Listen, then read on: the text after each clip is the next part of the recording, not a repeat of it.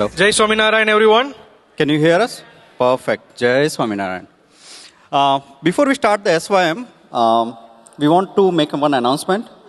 Usually announcements are at the end, but we want to do it at the first. बहुत लोगों के questions आए थे. We know this SYM is exactly 1 week after the Valentine's Day. And हमें बहुत सूत्रों के द्वारा माहिती मिली है कि बहुत लोगों का ब्रेकडाउन हुआ है और कुछ लोग वेट कर रहे हैं ब्रेक थ्रू का. The topic of this SYM has nothing to do with that one. So we wanted to be very clear and thank you. I'm doing this for the first time, so he's helping me for that. Thank you, Devansbhai. Vice over. So, yes, Devansbhai. Where was I? Based on his breakdown and breakthrough story, Thank you. I wish किसी के साथ ऐसा ना हुआ हो. Break through हुआ है तो अच्छा है, ब्रेक डाउन हुआ है तो बहुत अच्छा है. So we gonna have a new story, right? टूटे हुए दिल से ही आवाज आती है, ऐसा कुछ, right? We have seen that. But based on his talk, I feel दुनिया में 3 तरह के लोग होते हैं. पहली कैटेगरी है कब होगा, right? We have question कब होगा. दूसरी कैटेगरी है कैसे होगा. एंड द मोस्ट इंपॉर्टेंट तीसरी कैटेगरी है जिसमें मैं और अलय भाई आते हैं और शायद मेरे कुछ दोस्त यहाँ पे उसमें फॉल करते हैं कि अब कुछ नहीं हो सकता. મિચ્છામી દુકડમ મને આમાં એડ ના કરશો, મારે ઘરે જવાનું છે આજે. But joke apart, no matter in which category you fall, there are questions, there are doubts. I'm pretty sure while you are sitting over here, you have 1 or 2 things that is worrying you down. Can anyone share with us exactly what that 1 or 2 things? Anyone? Life में कोई question है? Just 1 question. Worry free है सब यहाँ पे. हाँ. जिल भाई. वेदर खराब है. हाँ. Okay. Visa. Let me complete this. अगर हम स्टूडेंट है तो लाइफ में असाइनमेंट का क्वेश्चन है. अगर हम स्टूडेंट है तो जॉब का भी इश्यू है. अगर जॉब है तो वीजा का इश्यू है. अगर वीजा है तो I-140 का इश्यू है. I-140 है तो ग्रीन कार्ड का इश्यू है. ग्रीन कार्ड है तो जॉब सिक्योरिटी का इश्यू है. अगर वो भी है तो शादी कब करेगा उसका इश्यू है. अगर शादी भी हो गई है तो घर कब लेगा उसका इश्यू है. बस देवांश नहीं, आप क्रोनोलॉजी समझ रहे हो, ये खत्म ही नहीं हो रहा है. समझ गए, सब लोग समझ गए. I think we all got the point Devansh भाई. Life is very funny, right? We are always into that cycle of promise all the time. I tell you, जब हम छोटे थे हमारे पेरेंट्स को देखते थे तब हमें ऐसा लगता था कि भाई इनकी लाइफ कितनी सही है. असाइनमेंट्स का टेंशन नहीं, एग्जाम का टेंशन नहीं. फिर 10th में आए and that is when we all became a victim of the biggest scam possible. अच्छे 10th में मार्क ला लो, साइंस में एडमिशन ले लो, उसके बाद लाइफ सेट है. 12th में अच्छे मार्क ला दिए, अच्छी कॉलेज में एडमिशन ले लो, उसके बाद लाइफ सेट है. अच्छी कॉलेज में एडमिशन ले लिए, अच्छे मार्क ला लिए और यूएस आ गए तो लाइफ, अरे बोलो यार, हाँ, देयर यू गो. यूएस में आ गए, अच्छी जॉब मिल गई तो लाइफ, H1B हो गया, I-140 हो गया तो लाइफ, और I-140 होने के बाद अच्छी फैंग में जॉब मिल गई तो लाइफ. ये इसी साइकिल में हम चलते ही रहते हैं. And in this process we keep delaying our peace, we keep moving the finish line. अले भाई, हाँ, कुछ लाइनें याद आई है क्योंकि हम सब अपना घर छोड़ के ये दूसरे घर पे आए हैं, right? We all have that story, leaving our home and making this place becoming our home. So उसके लिए कुछ लाइनें हैं, अगर आप इजाजत दो. इरशाद. वहां जब तक रहे तब तक यहाँ की फिक्र रहती थी. क्या बात है. वहां जब तक रहे तब तक यहाँ की फिक्र रहती थी.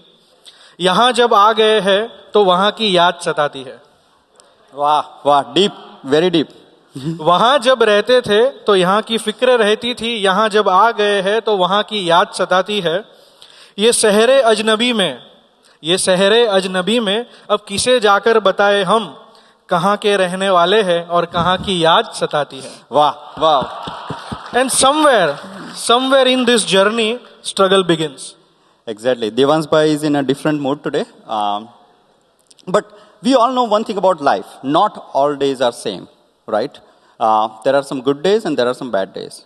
And how we react in each situation will define us. Every time we face the struggle, we have two options.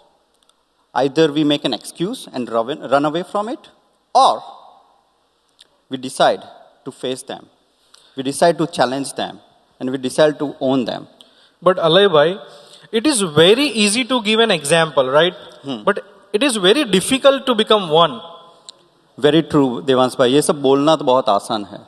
Let me give you one beautiful story. This is a story of a young boy, very smart, courageous, strong, athletic, very disciplined. He was so disciplined that one day he went to the beach with his friends. His mother asked him not to remove his life jacket. He did not go inside the water. His friends teased him कि भाई तू पानी में नहीं जा रहा है तो लाइफ जैकेट तो निकाल दे. But no, he followed his mother's instruction and he never removed the life jacket. He was so courageous that he will jump off the bridge into the lake from 40 feet, 40 height, during dark, from the moving vehicle. But things changed. During college, what started as partying became a drug addiction. He started lying. He started stealing. He started disappearing for days. Now remember, this is the same guy who was following his instructions, mother's instruction, and not removing the life jacket. Things went very south. Things gone worse. His parents decided that they need to intervene now. And they took an extreme step. They decided to get him arrested. I'll pause here. Let's put ourselves in his shoes. If our parents get us arrested, not because they hate us, because they want to make sure that we don't destroy ourselves, at that moment, what we will go through? He went through the same stuff. It was an emotional breakdown. It was an identity crisis. But he decided not to blame the world. And he accepted that I need help. He went to the rehab. He fought his cravings. He rebuilt the trust slowly but steadily. He went through the grind. That was not glamorous. It was not dramatized. ये Sanju movie नहीं थी कि पीछे background में कर हर मैदान फतेह music चल रहा था. It was day after day. A hard work has to be put in. And he went through that. When he came out of rehab, he decided, I don't want to be just clean. I want to change my identity. When he was young, he saw a documentary about Navy SEAL. And he decided that if I can go through the SEAL training, I can survive anything in the life. And that is what he did that. Again, let's take a pause. I'm talking about Navy SEAL. 80% of applicants who decide to join Navy SEAL do not even make it through the training part. But he said, I need to change my identity. And he finished the SEAL training and he became a Navy SEAL. And I'm pretty sure you all are thinking the story ends here. It is not. Life keeps throwing you curveballs at you. अले भाई, what पहले खराब बंदा था, drug addict था, एक सपना देखा, उससे आगे he became something from nothing. Story ends. No, not really. Not really. We kept talking about the cycle of promises, right? We keep moving the finish line. Same thing happened with him as well. When he was in the Navy SEAL, during one training day, he got shot. He got shot in the eyes. The bullet burst through his right eye, his dominant eye.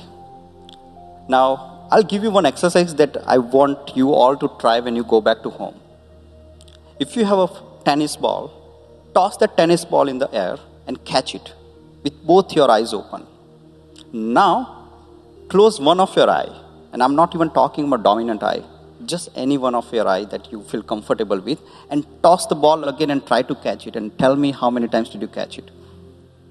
He had to readjust his depth perception, and he was not just a regular man, he was a Navy SEAL. He has to be in the combat zone. He faced that. Doctor told him that he cannot come back to the normal duty. He retrained himself and he joined back active duty in a regular way. Again, you feel, okay, he overcome one more challenge. What is next? One day, he decided that I don't want to be just a Navy SEAL. I want to be part of the Team 6 Navy SEAL, Dave Grew. So if any one of you knows about Navy SEAL, that is the elite of the elite group. So like we know Navy SEAL, right? Anybody doesn't know? Okay, who knows what is Navy SEAL? Okay, a few hands. Very good. Okay, so he joined the Navy SEAL, Team 6. And another one fine day, he's coming off the combat zone and going back to the base. His Humvee got into the accident and flipped 3 times. वो रोहित शेट्टी के movie में जिस तरह से car move flip होती है ना, उसी तरह से. And his right hand got injured, permanently damaged. After multiple surgeries, doctor told him that he cannot go back to the duty. Even the Navy told him that he can go back to home, go back to his normal life and collect disability for the life. But he didn't want to back down. One more challenge, he's like, I'll come over this again. He retrained his non-dominant hand. I'm pretty sure by this time you all understood this is not a made-up story. I'm talking about Navy SEAL Team 6 operator Adam Brown. So you can see he was the only one who was wearing night vision goggles on only one eye because his one eye was completely damaged. So the question is not whether you will face the challenge or not in the life.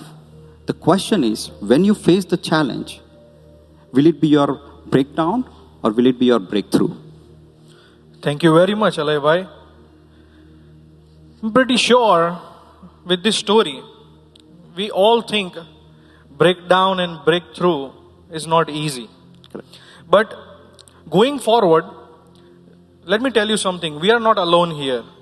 Seva team has arranged that many Mandad, like Houston Mandad, Charlotte Mandad, SF Mandad, Virginia Mandad, and many more are joining us online in this SYM.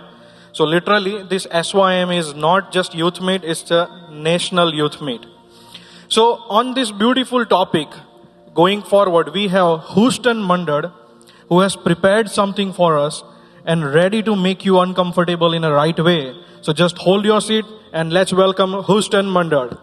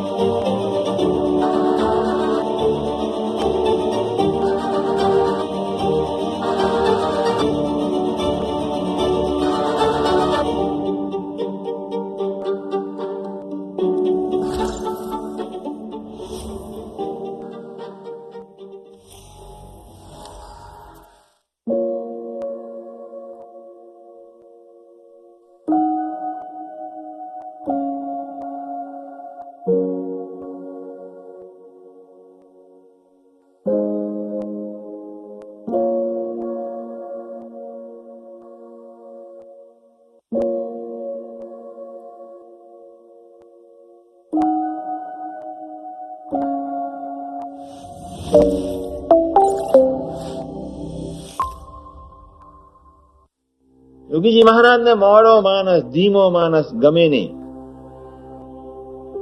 એટલે સ્વામીજીના special બે શબ્દો છે, મરતી મરતી કાન નહીં હલાવવાની, મરતા મરતા કાન નહીં હલાવો એક, અને બીજું ટોક ટોક. આ બે સ્વામીજીના સહજ શબ્દો હતા. ધીમો ને ધીલો માણસ ગમે જ નહીં. આ બાર કે પેલે પાક સુરવીર જ ગમે. મારે તમને આ વાત સમજાવી છે. વી ફોર વોટ? આપણે મરવા જન્મ્યા છીએ. કોઈની જિલંબે નહીં કરવાની, કોઈની નહીં. ભગવાનના બડે ઝઝુમી લેવાનો. આ પાંડુરંગજીના એમનું સૂત્ર છે, આપ ખેલતે રહો હમ ખિલતે રહે. એ સૂત્ર કેટલું ફાઈન. સુરુચિ ટોપ રાખવાની. મારા વિચારમાં કે હું વર્ષો પહેલા સુરુચિની બહુ વાત કરતો હતો. થોડાકે પકડીને થોડાક હજુ હવામાં છે. જ્યાંની જેટલી ટોપ સુરુચિ તેટલી એ સુરુચિના કિનારા ઉપર ભગવાન સામનાને લઈ જાય છે. શું થશે, કેમ થશે, વિચારોથી ગભરાવાની કાંઈ જરૂર નથી. જે કરવાનું છે કરવા માંડી પડે.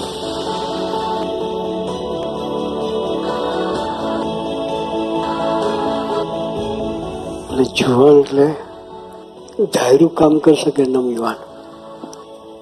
એના જરૂરથી એક જ હોય, ડુ એન્ડ ડાય. શું હોય? માથું ના ખજવાડે. શું થશે, ક્યારે થશે, કેમનું થશે, વ્યક્તિશ્ચનો યુવાનીમાં ના હોય. કેમ ના થાય યુવાનીનું કયો શબ્દ હોય? કેમ ના થાય? આપણે એ યુવાન છીએ.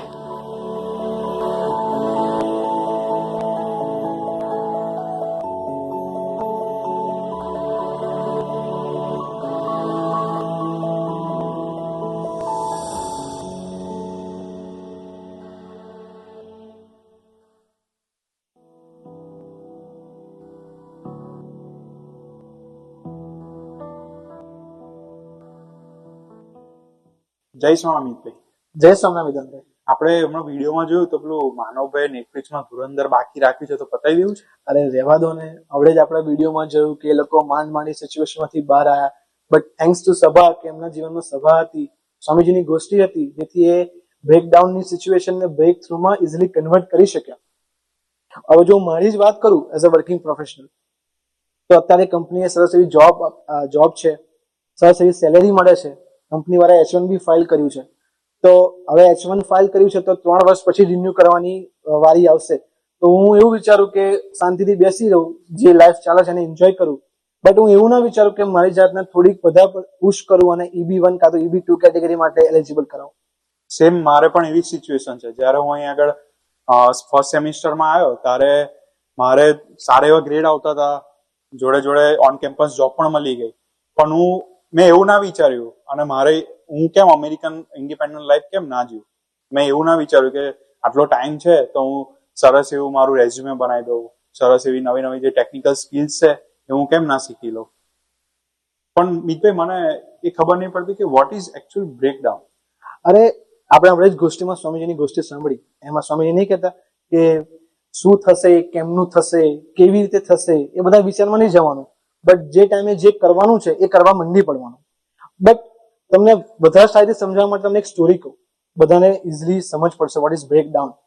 તો એક ગીધોના ટોળાએ એક એવો આઇલેન્ડ શોધી કાઢ્યો કે જ્યાં એમને ખાવા પીવાની બધી સગવડ મળતી હતી. ત્યાં એમને કોઈ શિકારીની બી બીક નથી કે કોઈ શિકારી આવશે અને મારો શિકાર કરી જશે. તો એ લોકોએ નક્કી કર્યું કે આપણે ત્યાં માઇગ્રેટ થઈ જઈએ એમ.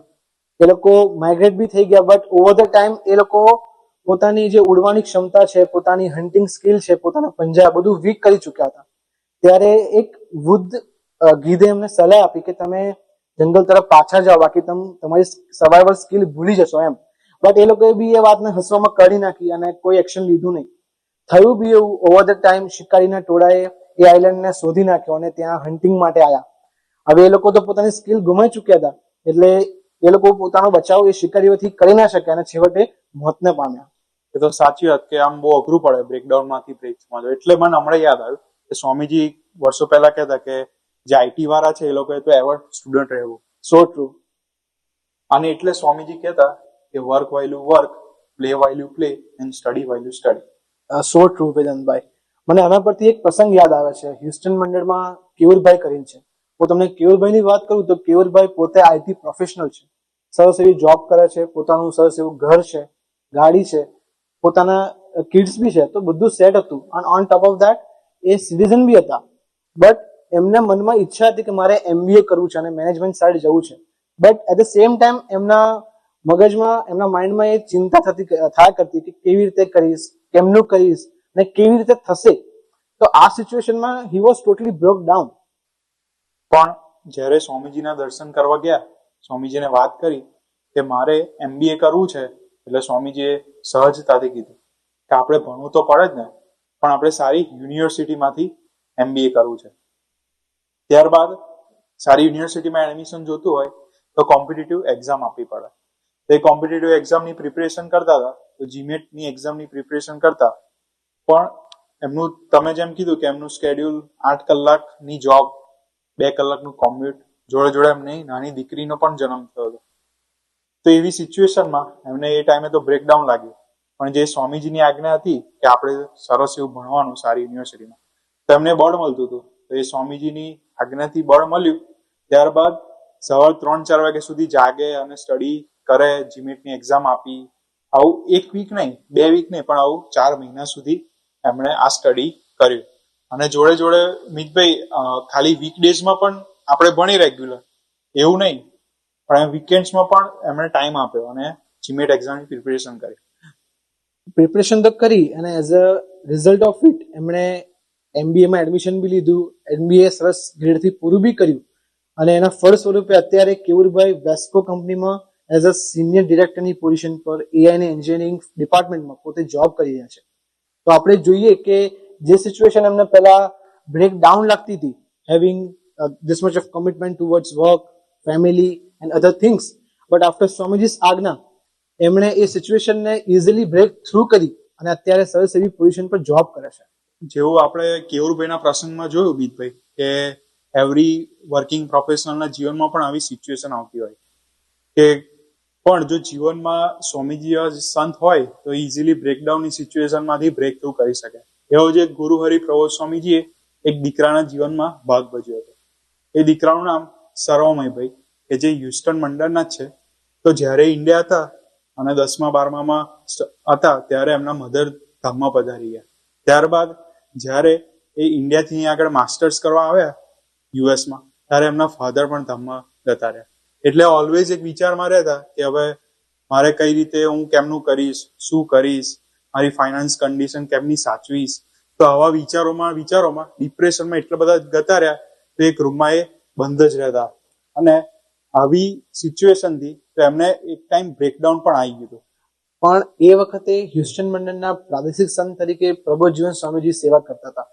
તો પ્રબોધજીવન સ્વામીજીએ એ યુવકના લાઈફમાં પર્સનલી એ લેવલે ગોવાડી કરી કે એ યુવક પ્રબોધ સ્વામીજીને કોલ કરે, કોન્સ્ટન્ટ વાતો કરે, પોતાના મનના જે યુદ્ધ ચાલતા હતા, પોતાને જે મૂંઝવણો ચાલતી હતી મનમાં, એ પ્રબોધ સ્વામીજીને વાત કરે. સામે પ્રબોધ સ્વામીજી પણ એ યુવકની દરેક વાતને શાંતિથી અને પ્રેમથી સાંભળતા.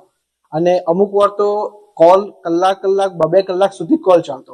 અને આવું 1 વાર 2 વાર નહીં, પણ ઘણા લાંબા સમય સુધી ચાલ્યું. અમુક વાર પ્રબોધ સ્વામીજી એ યુવકને ગુસ્સો ગ્રહણ કરીને બી સમજાવતા અને અમુક વાર પ્રેમથી બી સમજાવતા. તો આમ કરતા કરતા એક એવો પોઈન્ટ આવ્યો કે એ યુવકના લેવલની જે મેન્ટલ બ્રેકડાઉન હતો, કે જેમાં એને ચિંતા થતી હતી, મૂંઝવણ થતી, મનના યુદ્ધ ચાલતા હતા કે કેવી રીતે કરીશ, કેમનું થશે, હું શું કરીશ.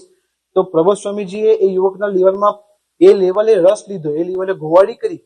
તે અત્યારે સર્વમયભાઈનું જીવન ક્યારે બ્રેક થ્રુમાં બદલાઈ ગયું એ સર્વમયભાઈ પોતાને નથી ખબર.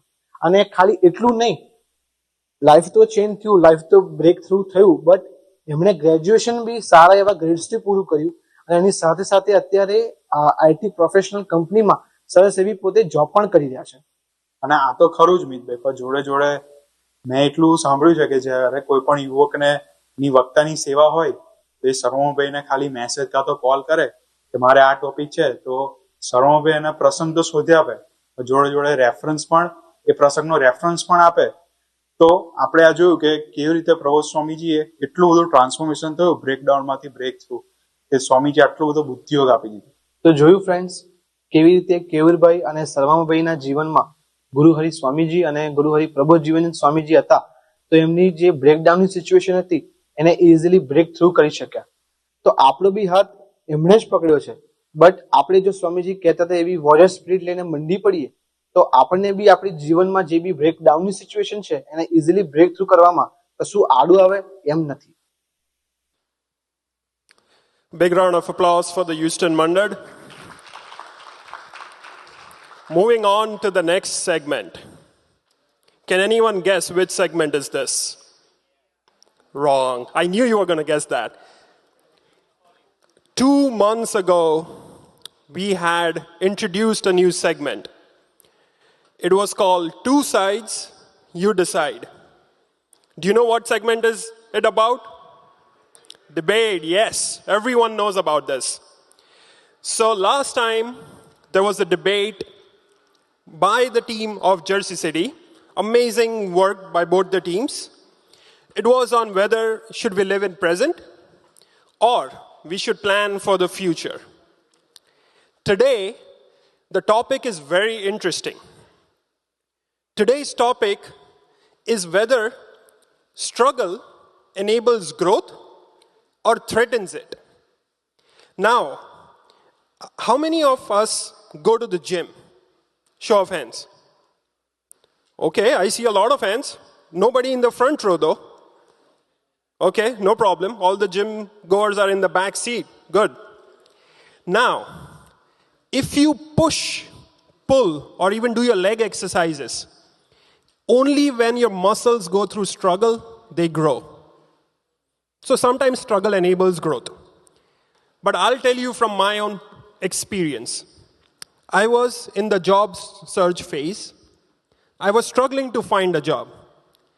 And that constant worry, what will happen to me, it did not let me grow.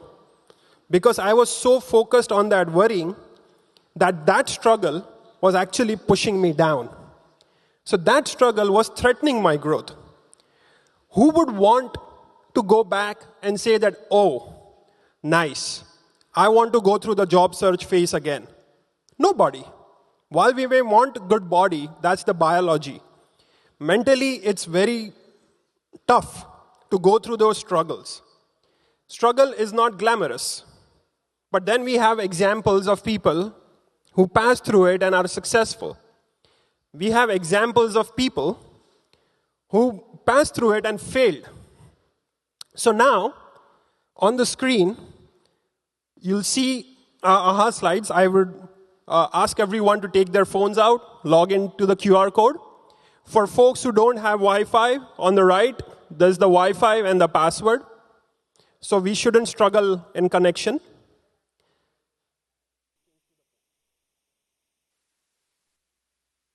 Everyone connected to the Wi-Fi? Good, good. Okay. We see 169 and a lot of emojis.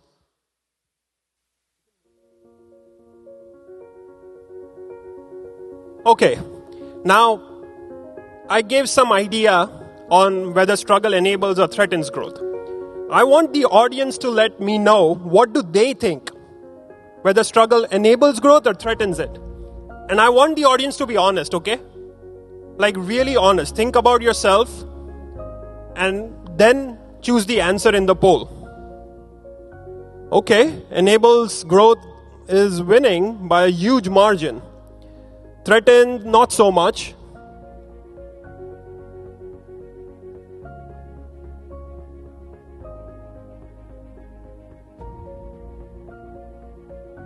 Okay, we have almost 265 to 70 votes. And it's in it's kind of skewed towards enables. But let's see, after today's debate, what does the audience think? So without further ado, on my right, from the beautiful town of Boston, please welcome Mohak Bhai, Joel Bhai and Darshan Bhai.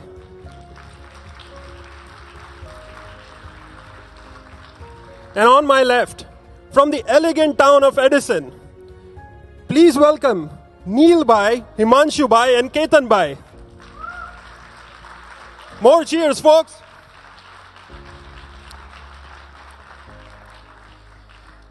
While the audience has decided that struggle enables growth, but this debate is a chance for you to assess whether does it actually threatens or does it actually enable. So I'll take my seat. Both the teams have prepared day and night for this so that they can debate with all their might. The teams have prepared and they know the rules. Just the rules for the audience. Each round will be 2 minutes only. This time we are strict on the time. First, Boston team will start, then Edison, followed by arguments. Then there's going to be a scenario. And in that scenario, what would you do? So they have to support their arguments in that scenario. And finally, they'll be concluding and summarizing their arguments. Okay? So without further ado, Boston team, opening statement. Your time starts now. Sajanand Swami Maharaj Ni Jai. Wish you all Jai Swaminarayan from the bottom of my heart. I would like to start off with a scenario or a story. So imagine a child who never fell while started walking and just started walking in 2 months of his age. He scored consistently first rank throughout his college life and school life. He got the job without any competition, got into the best college without any resistance, got the perfect partner without any conflict, and every tick marks has been placed without any struggle. That is the ideal life we all want, right? But we all feel that something is missing in this story, and that missing part of the puzzle is struggle. You might get lucky once, twice, or even thrice, but with sustaining the struggle without resistance is not possible. So, I have a beautiful thing that has been said by Franklin Roosevelt, that smooth seas never make skilled sailors. So, struggle forces adaptation, it demands problem solving, it also builds your resilience. So, and removing that struggle, that means you are removing the very piece of that mechanism that helps you grow. So, without resistance, there is no strength. Without challenge, there is no progress, and without struggle, there is no success. So today, we stand in the favor of this motion because not because we feel struggle is pleasant, but we feel it is necessary.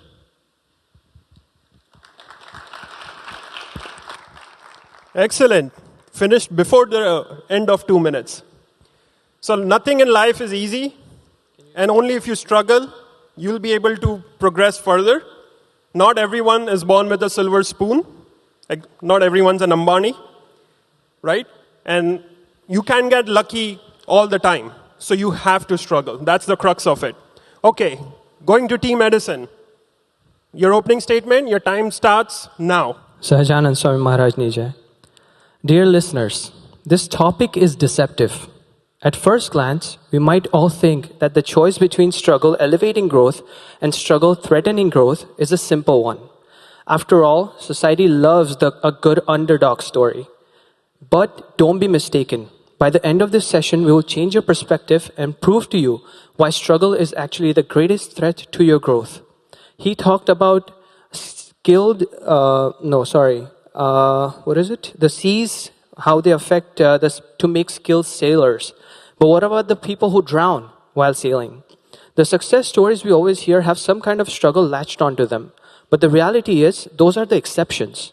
We only see the survivors. We don't see the millions and billions of the people who failed during that process of growing. People left with battling depression, crippling anxiety, chronic stress, and paralyzing fear. If struggle was truly the engine that helped people grow, why would the American Psychological Association report that chronic stress, which is the psychological result of prolonged struggle, literally shrink the prefrontal cortex? That is the exact part of the human brain which is responsible for learning, problem solving, and growth. Why would Gallup's workplace research show that employees subjected to constant struggle and burnout are 2.6 times more likely to quit entirely and 63% more likely to take sick days? Why would researchers from Stanford and Harvard find that intense workplace stress and struggle lead to 120,000 deaths and 190 billion in healthcare costs every single year, only in the US? The undeniable truth is that struggle breaks far more people than it builds. Both the teams finished under 2 minutes. So Himanshu Bhai spoke about a thing called survivorship bias. We only hear stories of companies or people who survived and not succumbed to pressure. But for one survivor, there are 99 other failures. He also touched upon mental health issues. Nowadays, a lot of us, we may know of or even personally experience, we go through anxiety, we go through stress, we go through depression. And that is because we don't want the constant struggle and hustling of life. So great points, both the teams. So now moving on to Team Boston. This is the argument round. Both the teams have their opening statements. Argument round is about them trying to attack each other's opening. So with that, we let the Boston team take the stance in the argument round. Your time starts now. Sure. Thank you, Kurtat Bhai. And Himanshu Bhai made a point that the topic is very deceptive, right? But deceptive what we all sitting here right now is a point that we all struggled. We all struggled coming to US. We all left the safety, the comfort of our home. So the topic is definitely not deceptive. Struggle is the foundation of progress. It is what turns failure into fuel and pressure into possibility. And true growth doesn't emerge from comfort zones. And we all sitting here, the 200, 300 people, the Yuvaks, are examples of that. To prove my point, we have all heard of PTSDs, right? Post-traumatic stress disorder. But have we heard about post-traumatic growth? I guess not. Psychologists Dr. Richard and Lawrence have studied people with adversities and struggle from 1995 to 2010. And their research shows that around 60 to 70% of people who go through scenarios in which they struggle reportedly grow in that particular field. It can be financial, emotion, much more, right? Through resilience, deeper purpose, and a clearer direction of life. Trauma can destroy, maybe, or it can transform. The difference is engagement and not avoidance. Coming back very close to home, ISRO is a great example of this, right? We started somewhere back in 1960s.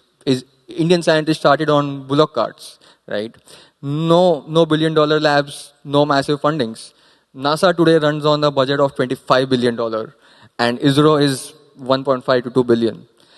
ISRO didn't decide to be cost effective.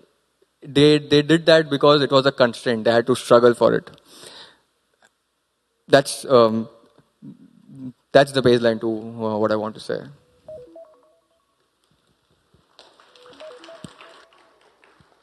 Okay, right on time. A lot of points in this argument round. First was that, as per what Himanshu Bhai said, this is not deceptive. He took it personally and said that we all struggle to get here. He quoted some statistics that 60 to 70% of people who go through struggle in their financial, emotional life, they have seen growth. So it's more about engagement and not avoidance. He also gave examples of ISRO and NASA that while ISRO is struggling with the budget, because of the struggle, they are able to find optimized ways of innovation.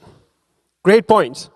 Now moving on to the Edison team. Your time starts now. Okay. So coming to the struggle, and Mohak Bhai made some good points. Now let me ask you one thing. First of all, let me define the difference between struggle and challenge. હવે તમે એક વસ્તુ વિચારો કે કોઈ એક નાનું છોકરું જન્મ્યું છે, જ્વલભાઈએ વાત કરી, રાઈટ, અને જન્મી અને એ ચાલતા શીખશે ત્યારે નીચે નહીં પડે? એ પડશે, પણ ઇઝ ઇટ મીન કે એક ચાલતા નહીં શીખે ક્યારેય? એ શીખશે જ, right? So that's not struggle, it's a challenge. આપણે જીવનની અંદર તમે એન્જિનિયરિંગમાં બધા ભણ્યા છો ને, અહીંયા ડોક્ટર મેડિકલ કોઈ કરે છે, રાઈટ? અગર તમે ભણવા, બધાને ખબર છે, કોણ આમાંથી એવું કોણ કહે છે કે મેડિકલ એ ઇઝી છે ભણવા માટે? સ્ટીલ ડોક્ટર બને છે બધા. સો ચેલેન્જ છે ને આપણી સામે, એક્સેપ્ટ કરીએ છીએ, આપણે આગળ વધીએ છીએ. That doesn't mean you are struggling. What struggle mean? કે કોન્સ્ટન્ટ બર્નઆઉટ છે, આપણી પોતે પૂરી એનર્જી છે એ એક્ઝોસ્ટ થઈ જાય છે, કમ્પ્લીટલી સેલ્ફ ડ્રેન છે, અને સામે ઓપોર્ચ્યુનિટી છે, ઇટ્સ લાઈક રેર, રાઈટ? હું તમને એની બહુ મસ્ત વાત કરું. એક આપણે મોહકભાઈ પોઈન્ટ મૂક્યો, financial achievement, right? Financial success, that is like struggle કરીએ તો ફાઇનાન્શિયલ સક્સેસ મળે. હવે તમને એક વસ્તુ કહું, વર્લ્ડની અંદર 99.99 પોપ્યુલેશન જે બિલિયનિયર નથી. માની લો બિલિયનિયર કોઈ મોટી વાત છે, right? Now coming to millionaire, 99.3% population છે એ બી મિલેનિયર નથી. હવે તમને એવું લાગશે વર્લ્ડના બધા થર્ડ વર્લ્ડ કન્ટ્રીના પેલા હેડ કાઉન્ટ છે એ સ્ટેટિસ્ટિકમાં લઈ લે છે, leave it. Coming to US, world of opportunity, right? 99.7% population of 93.7% population of the US, which is not millennial. તો બાકીના 93.7% લોકો છે સ્ટ્રગલ કરે છે.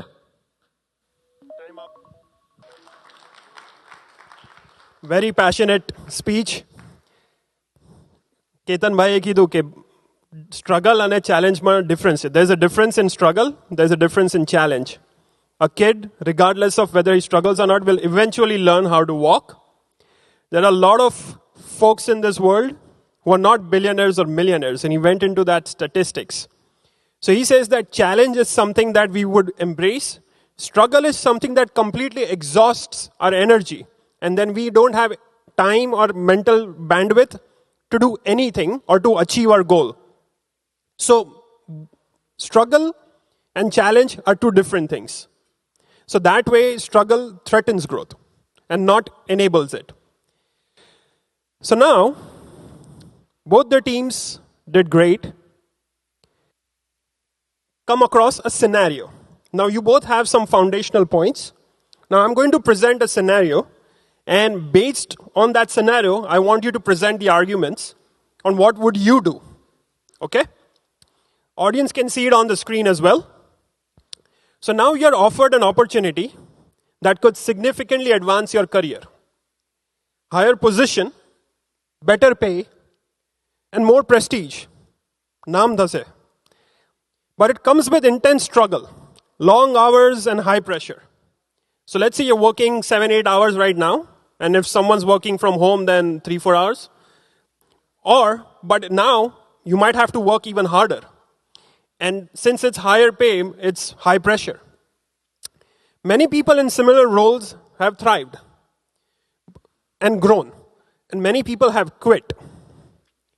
Now what would you do here? Would you take the job, or would you stay comfortable in your old job?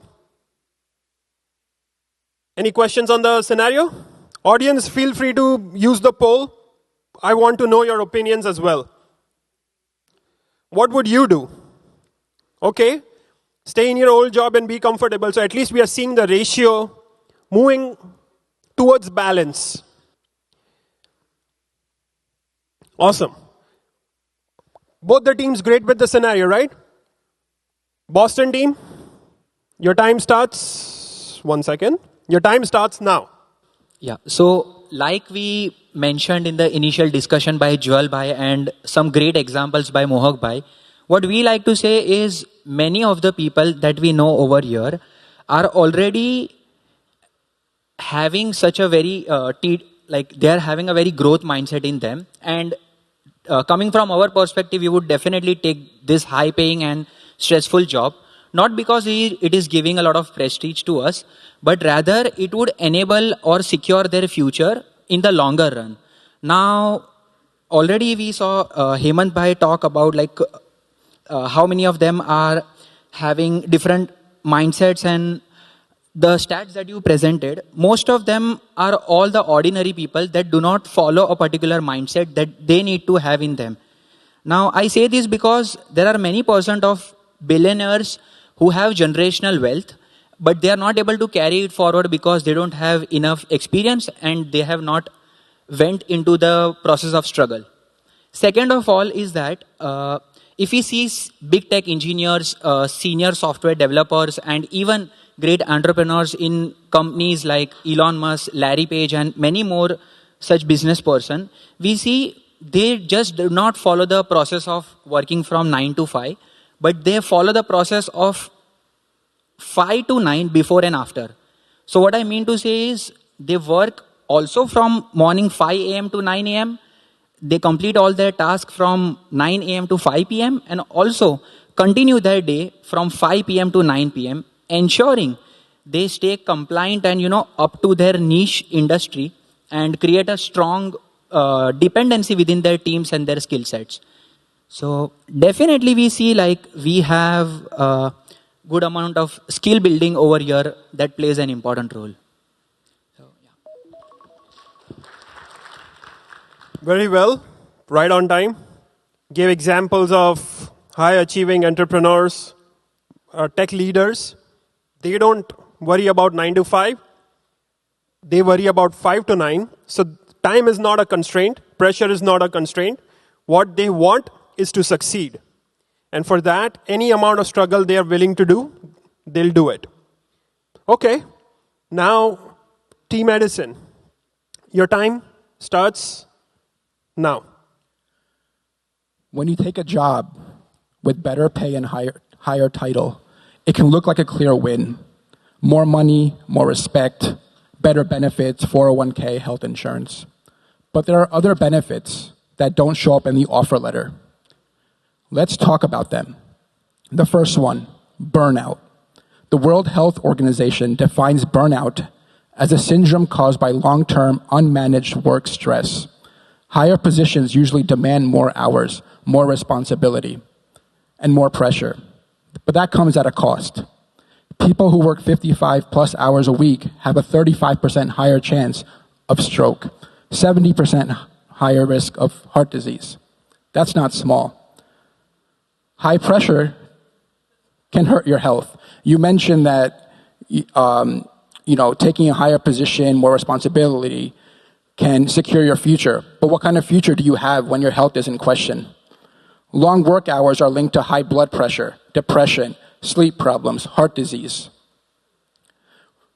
Moreover, relationships and your identity can suffer. When work takes over, you don't have time to do the things that you want to do outside of work, whether it's spending time with a significant other or your friends. Divorce rates rise in high-stress professions. Social connections shrink. People become emotionally distant. You can start losing parts of yourself outside of work. The other side might say that stress builds resilience. Sometimes it does. But for every visible success story, there are many equally talented people who burn out and have never recovered the same way. Growth needs to be sustainable. If a challenge pushes you past your mental, emotional, and physical limits, it doesn't make you stronger, it breaks you. Taking on extreme struggle without support isn't bravery. Sorry, time up. That was a great argument. It felt like Neil Bhai summarized last month's Samanvay Youth Meet, the 5 types of wealth. While chasing for financial wealth, in this scenario, you'll be losing out on mental health or mental wealth, physical wealth, social wealth. He's saying that while money is something that you'll gain, you lose out on relationships, our health, and even our mental well-being. And he quoted statistics on it. So that was a great argument. Again, big round of applause for Neil Bhai. Okay, so both the teams are in kind of a groove. So this was a job-related scenario.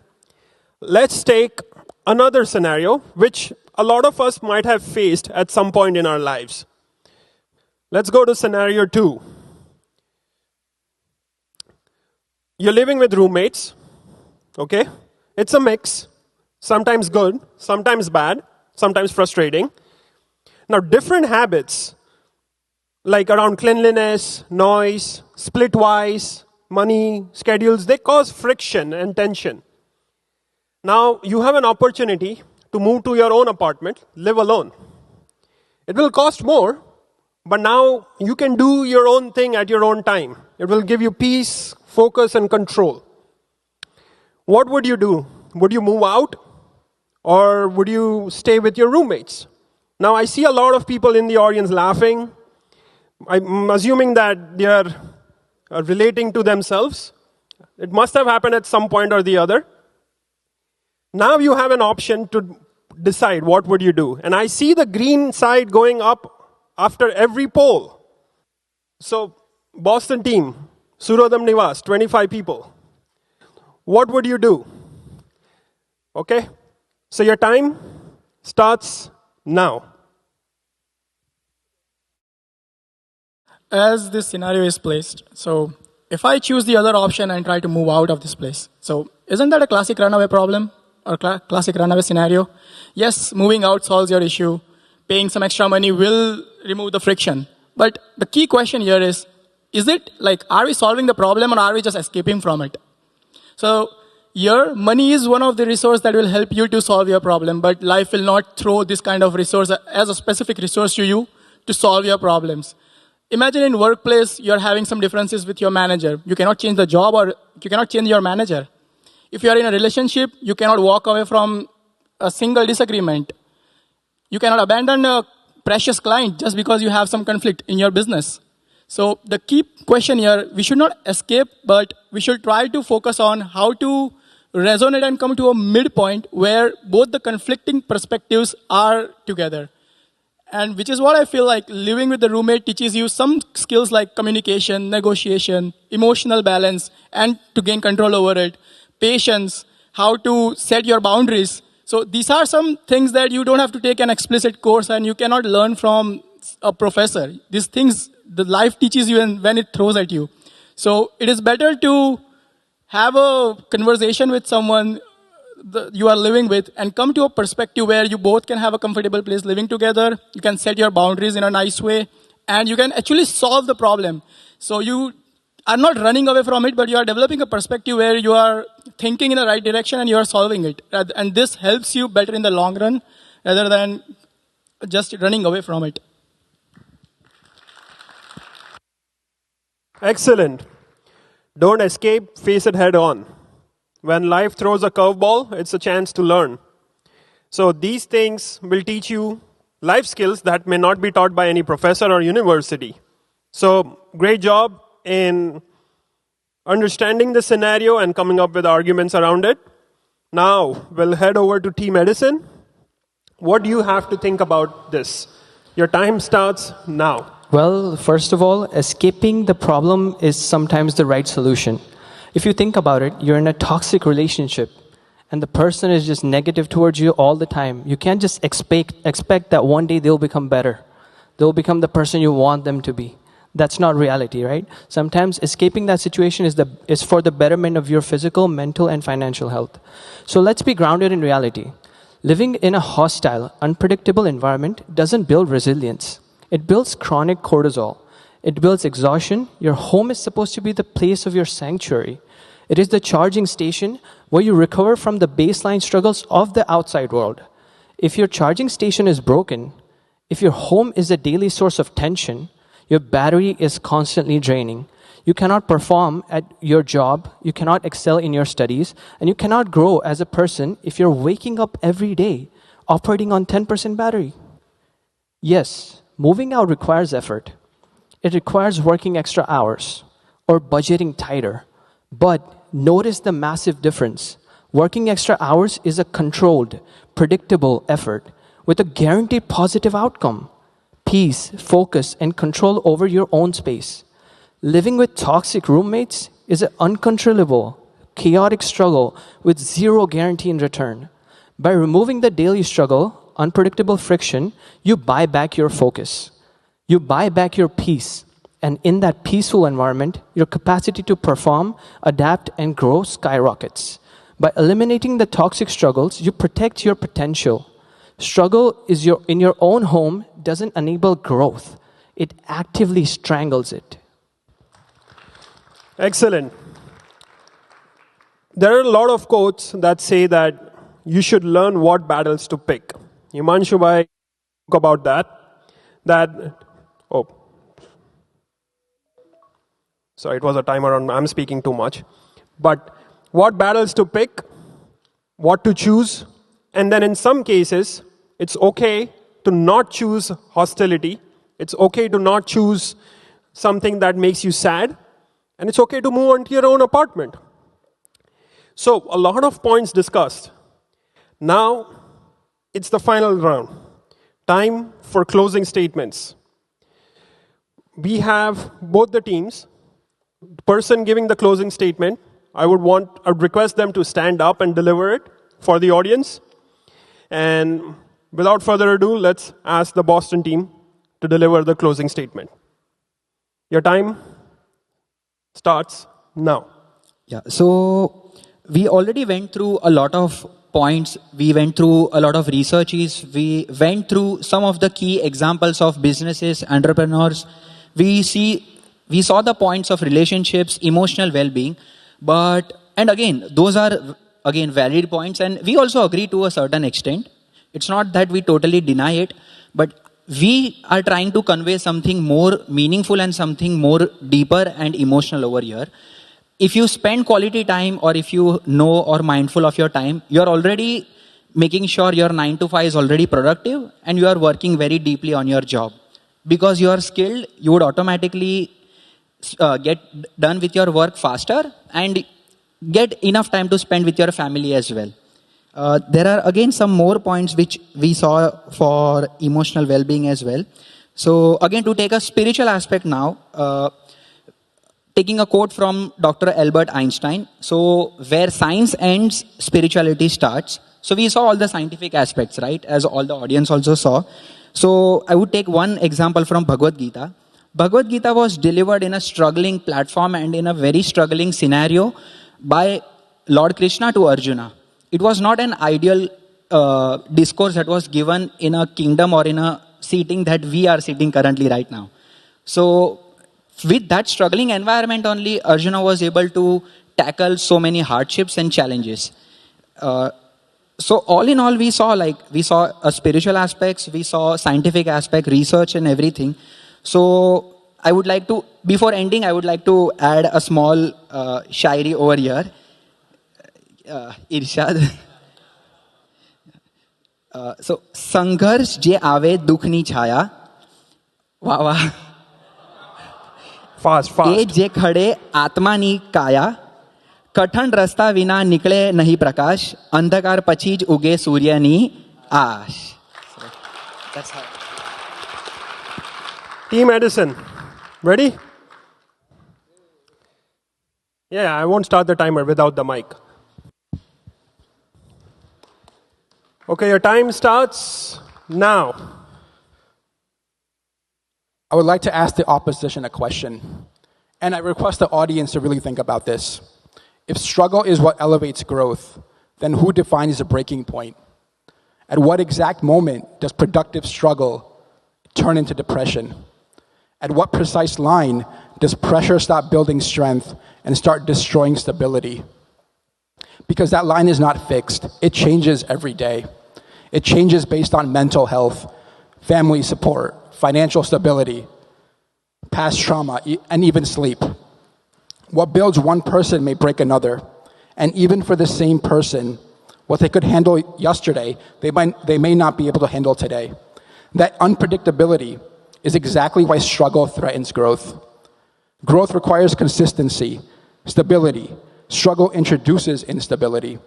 And instability increases the risk of collapse.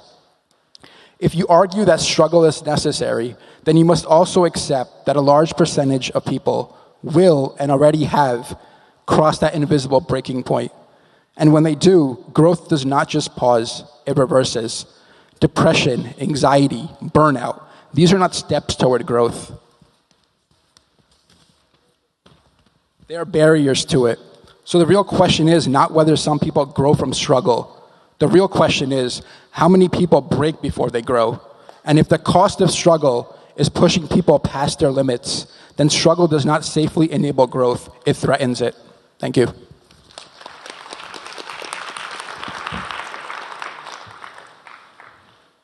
Right before the time. So this is the end of the debate. A big round of applause for Team Boston and Team Edison. Now, you are the judge, okay? There's one more final poll. Only based on the arguments, not your preconceived notions, not what you genuinely think.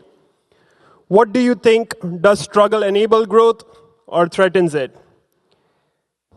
Just based on the arguments, okay? Try to be as unbiased as possible. I know everyone's friends with Neil Bhai or Jwal Bhai, but just because he's my friend doesn't mean I support the argument. Okay?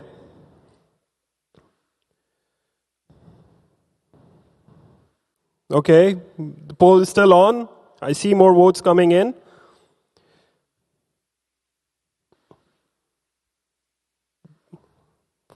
This is the time of reckoning.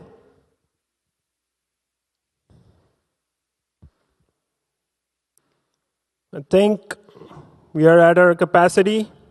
Okay, this is it.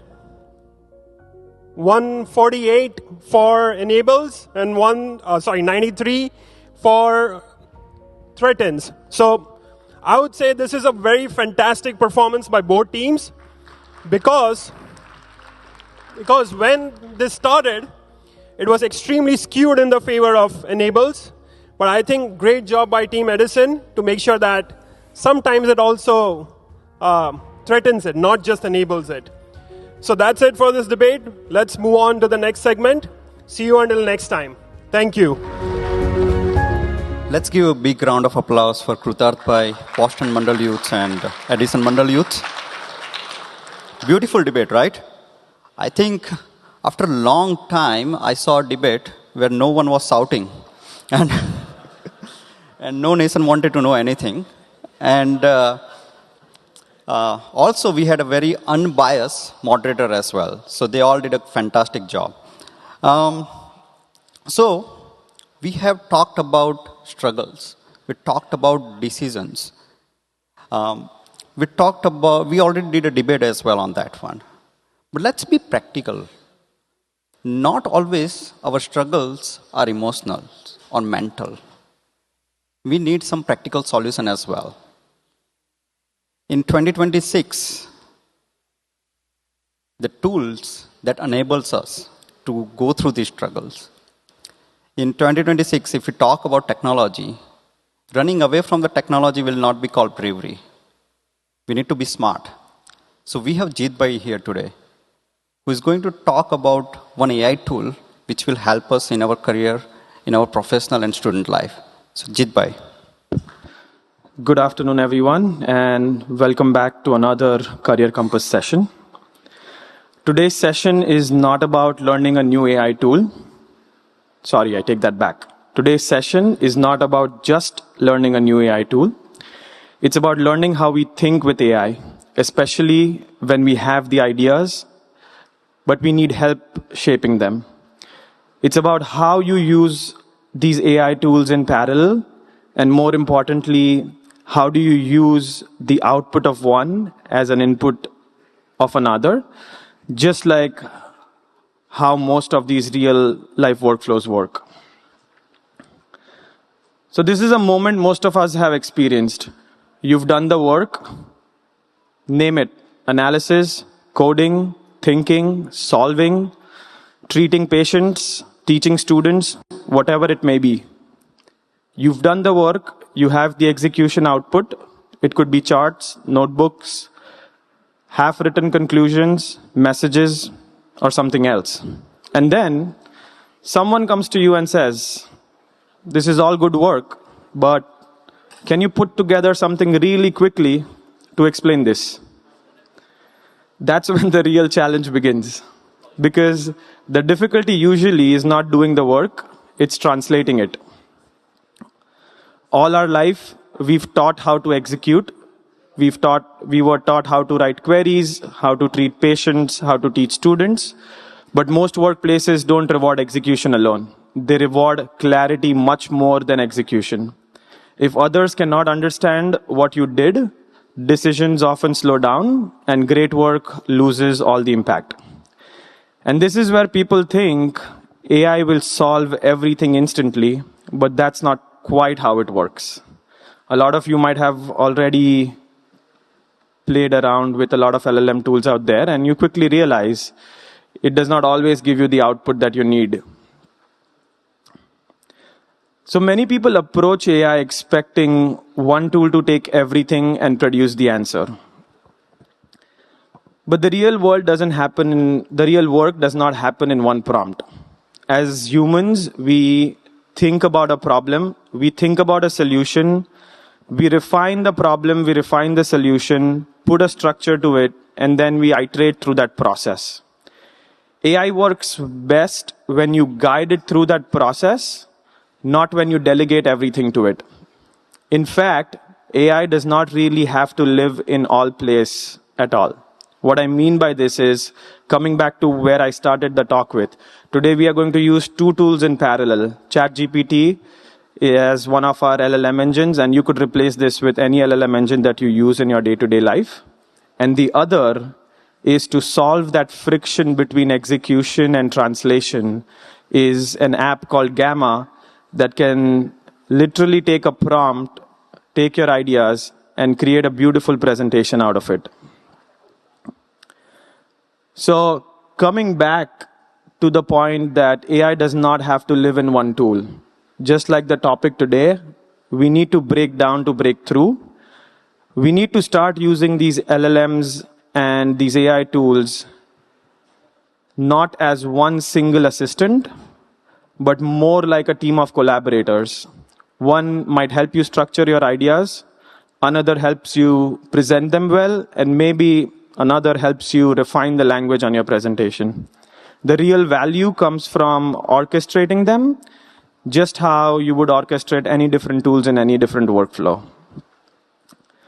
To do that, you need to give AI clear instructions the same way you would do to guide a human being in your team. And that's where a lot of prompt engineering comes into picture. What do I mean by this is when you start writing your prompt, the first instruction is pretty simple. You have to tell AI who it should be. If you ask a teacher, a consultant, a mechanical engineer the same question, you'll get 3 different responses, and AI behaves in the same way. Once you have the role defined, the next step is you talk about a task and what success looks like for that particular task. So rather than giving a vague request like, help me explain this or help me explain this analysis, a clear request would be, a clear goal rather, would be to create a short 3-slide summary that helps leadership decide whether to invest in this initiative or not. AI performs much better when it knows what the goal is supposed to be. So we've spoken about role and we've spoken about goal. The next part is, once you have those two defined in your prompt, the next part is, how do you adjust your prompt based on your audience? As humans, we naturally adjust how we speak based on our audience. You wouldn't explain something to a peer the same way you would explain it to the leadership team. AI needs that kind of context.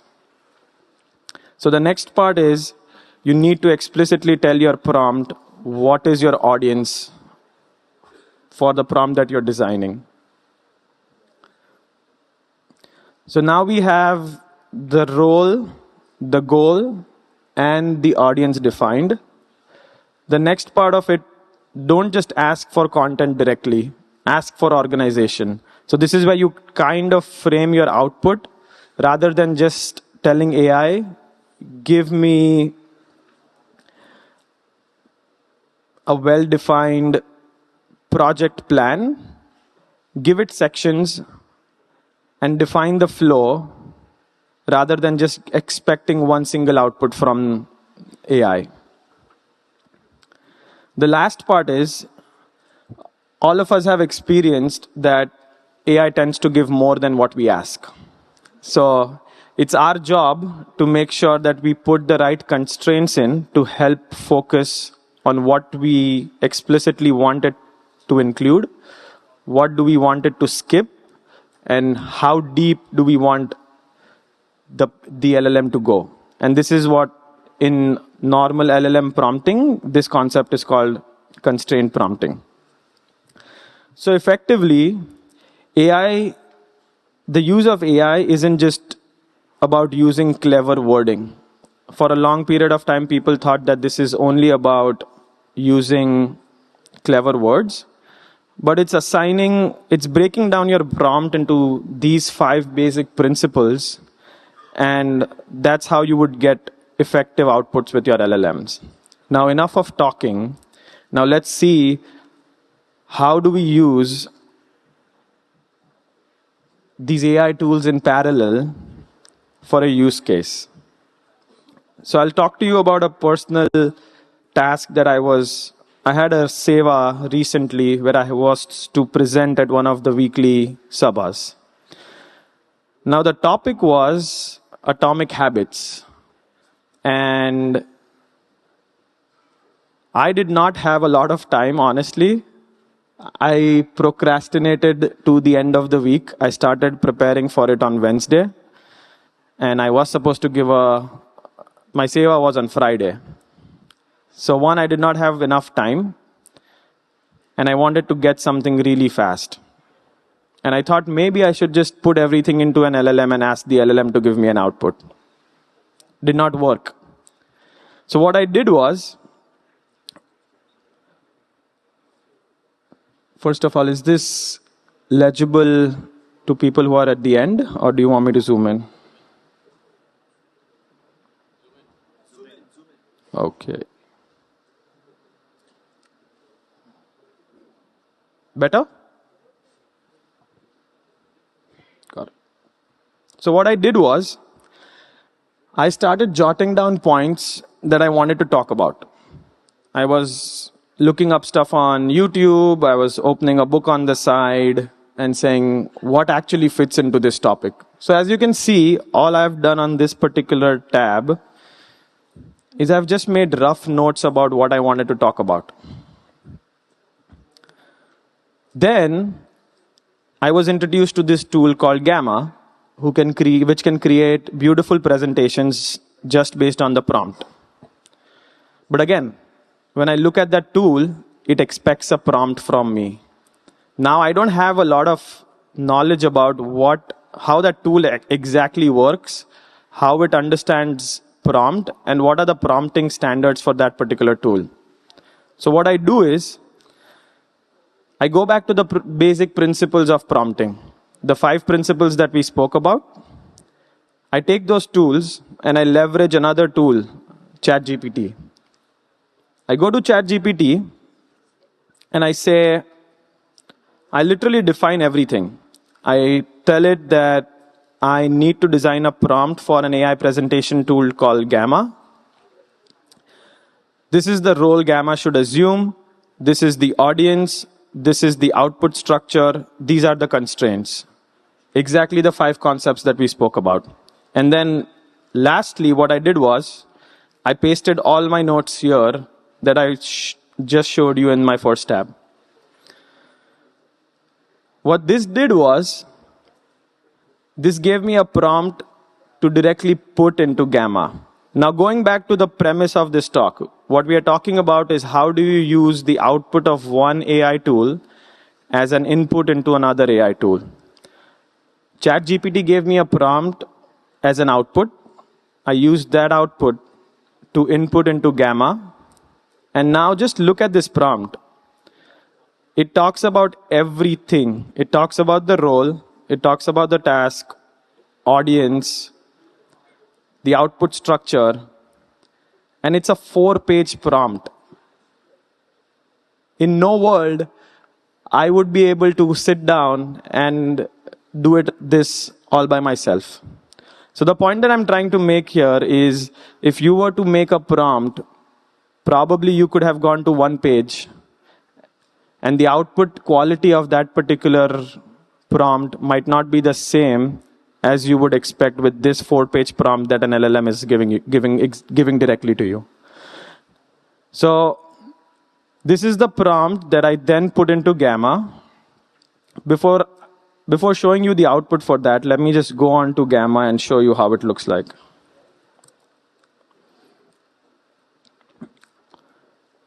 So this is the web page for Gamma. There are a few options here when you go and create with AI. You can generate the entire presentation from a one-line prompt or just a single prompt. You can paste in text for each slide in your presentation and then generate the presentation. You can create it from an existing template or you can import a file directly. So if you already have a deck that you're already working on, you might as well just import that. Now, what I did was I went directly into the generate option because I already had a prompt output directly from ChatGPT. And I selected the presentation option because that's what I was trying to come up with. But there are other options like you can design a front end of a web page, a document, and even social post. You see a lot of influencers on LinkedIn post stuff with their photos and their own unique designs. It's essentially the same stuff that you post in text, but they have a different way of presenting it. So you can also come up with something like that using this option.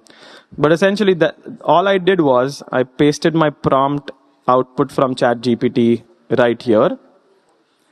And then I just hit the generate button. And let's look at the output now.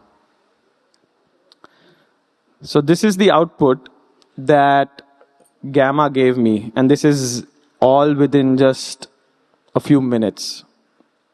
I'd say once I had the prompt, it took it maybe 5 minutes to generate the final output, not more. So let me put this on full screen and just look at the quality of the presentation. This is exactly what my notes were about. Not only that, you can actually go into the presentation, edit the text. The one thing that I found really interesting was if you click any of these images, and let's try something. Let's say I don't like the image, and I have a particular ask about it. So I'm saying I want it to include a soccer player. I won't be able to tell if it's actually a soccer player or no because I don't follow the sport, but let's see what it comes up with.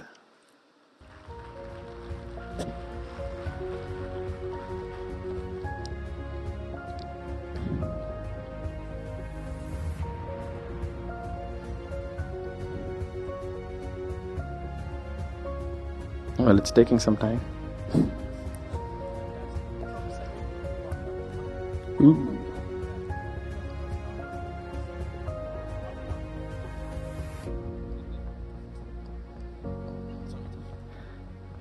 Live example of how AI often fails.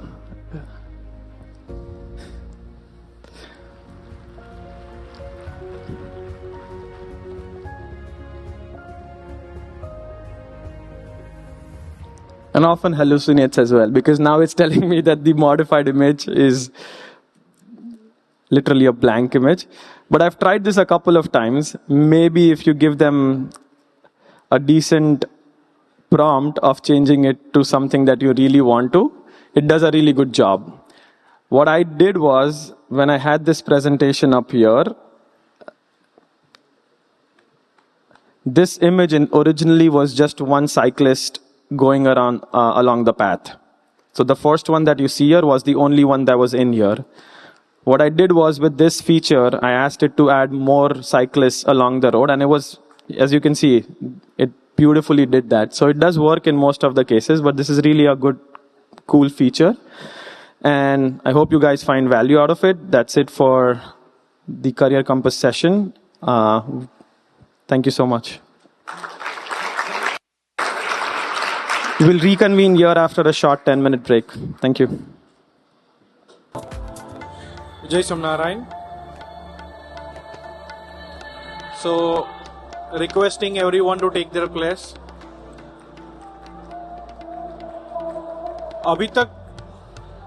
अभी तक so far हमने जो भी देखा, it was just a glimpse. The real fun begins now. So far we had a very good debate, right? And there are a few friends also taking some place right now.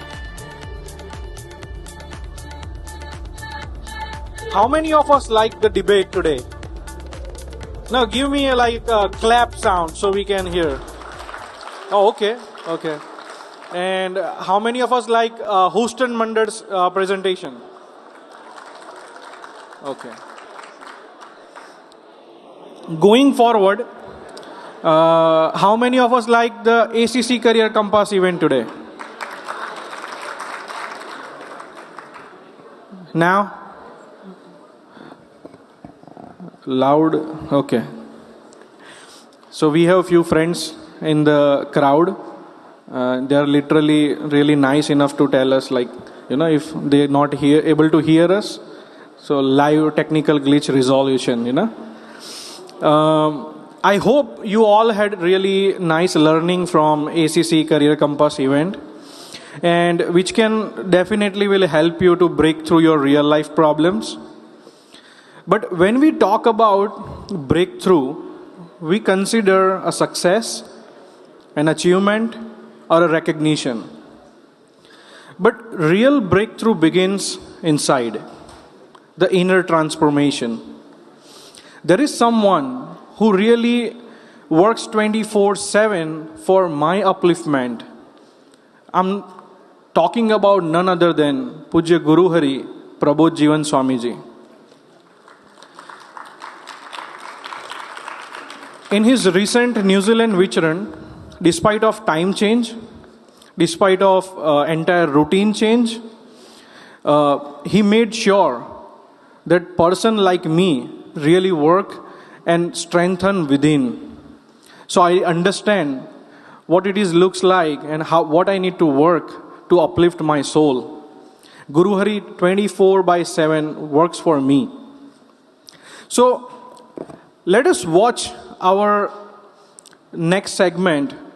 We're going to watch our next segment on New Zealand Vicharan Swamiji recently did. And let us make sure that we too can overcome our inner struggles and make it to real breakthrough. Let us invite Pujya Atmiya Bhai to go through us this segment of New Zealand Vicharan. Pujya Atmiya Bhai. Hari चरण करे विचरण अखंड नित नव विचरण देश विदेश विचरण अथाक अविरत विचरण हरि चरण करे विचरण अखंड नित नव विचरण देश विदेश विचरण अथाक अविरत विचरण विचरण विचरण विचरण विचरण विचरण विचरण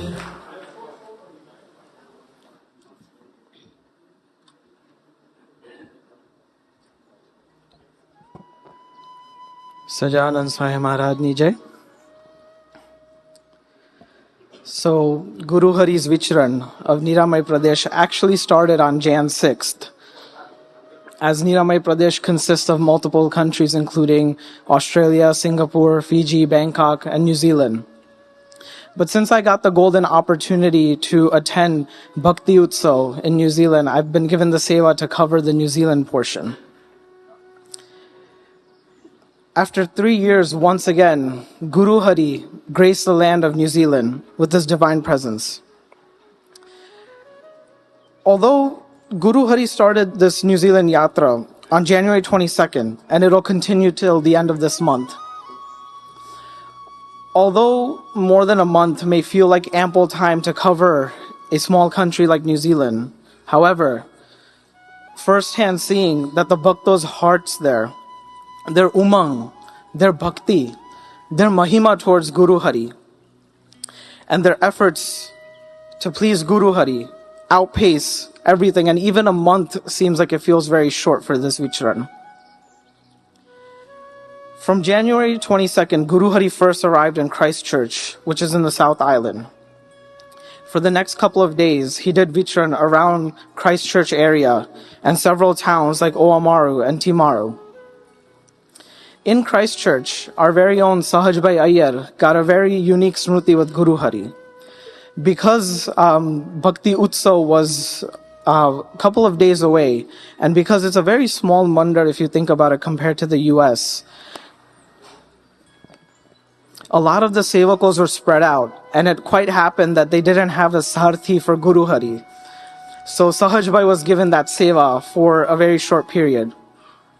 And so Sahajbhai was in the car and he was ready for Guru Hari to take Guru Hari to the next destination. And as soon as Guru Hari sat in the car, he looked at Sahajbhai and said, "Ke 7 varas pachi fariya seva madi."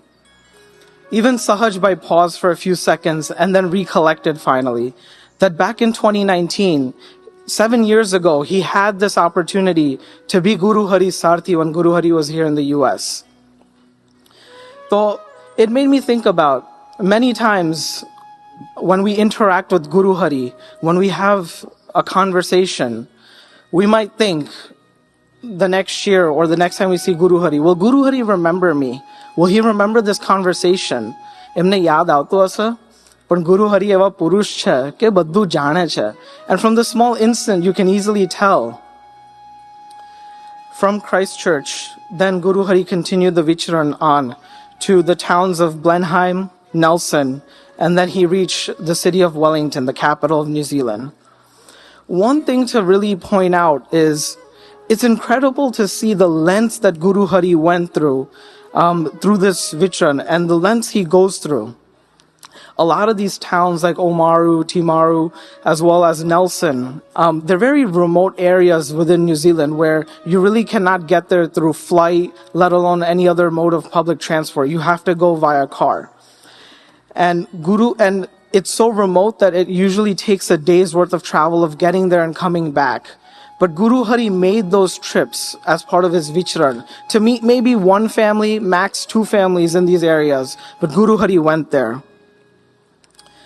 When it comes to Sabandwara Bhakto, you can clearly see that Guru Hari did not see the difficulty in planning these trips, the distance it took getting there, the time, or any sort of discomfort on the way. એમને તો કેવળ ભક્તો દેખાયા અને સ્વામીજીના છે એ દેખાયું. After Wellington, on February 3rd, Guru Hari arrived in Auckland for Bhakti Utsav. For a couple of days, from 3rd to 5th, there was a few Padramnis and Thar. And then from Feb 6th to 8th, 3 days, it was the incredible Bhakti Utsav. I want to highlight it a little bit, so I'll talk a little bit more about it towards the end, but definitely we'll come back to that. So after Bhakti Utsav, for 2 days, Feb 9th and Feb 10th, Guru Hari was in the Auckland area, and there were once again Padramnis, Thars, but also Smruti Darshan sessions where the Bhakto of Niramai Pradesh had set up a thing where to be able to have Guru Hari's Darshan, they would bring Guru Hari to a garden or a very scenic area so that Bhaktos can have a very special Smruti with him. So one particular Smruti was on Feb 9th on Piha Beach. So it's an incredible beach in the Auckland area.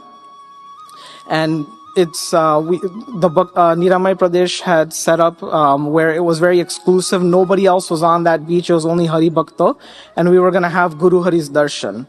And it was incredible. The waves, the water, very beautiful. Black sand, which felt like you're walking on powder. As soon as we got there, immediately we started going in the water, taking pictures and selfies and just discovering the beach. It was very beautiful. But the moment Guru Hari arrived on the beach, he approached the sand area and all the bhaktos crowded around him. And immediately Guru Hari said, कि चलो, he asked Prabhu Naman Bhai, Saishnu Sevak Prabhu Naman Bhai, to start sharing some smrutis of Swamiji, Hari Hari Prasad Swamiji, during his last Vichran in New Zealand. From there was a smruti session that was going on. And then Guru Hari got completely submerged into that. And it made me think that when I had arrived at Piha Beach, my thought was that, wow, this beach is so beautiful, but I got really excited. And the reason being that I was like, a lot of people said that Auckland is, not that great of a place to visit when it comes to New Zealand. The only good thing is the center we have there. Other than that, there's many other beautiful places in New Zealand. So when I saw the beach, my thought was, I was getting very happy and excited that now, the trip is going to continue to Queenstown, Lake Tekapo, Mount Cook. So if, people say Auckland is, an average place to visit, imagine all these other places.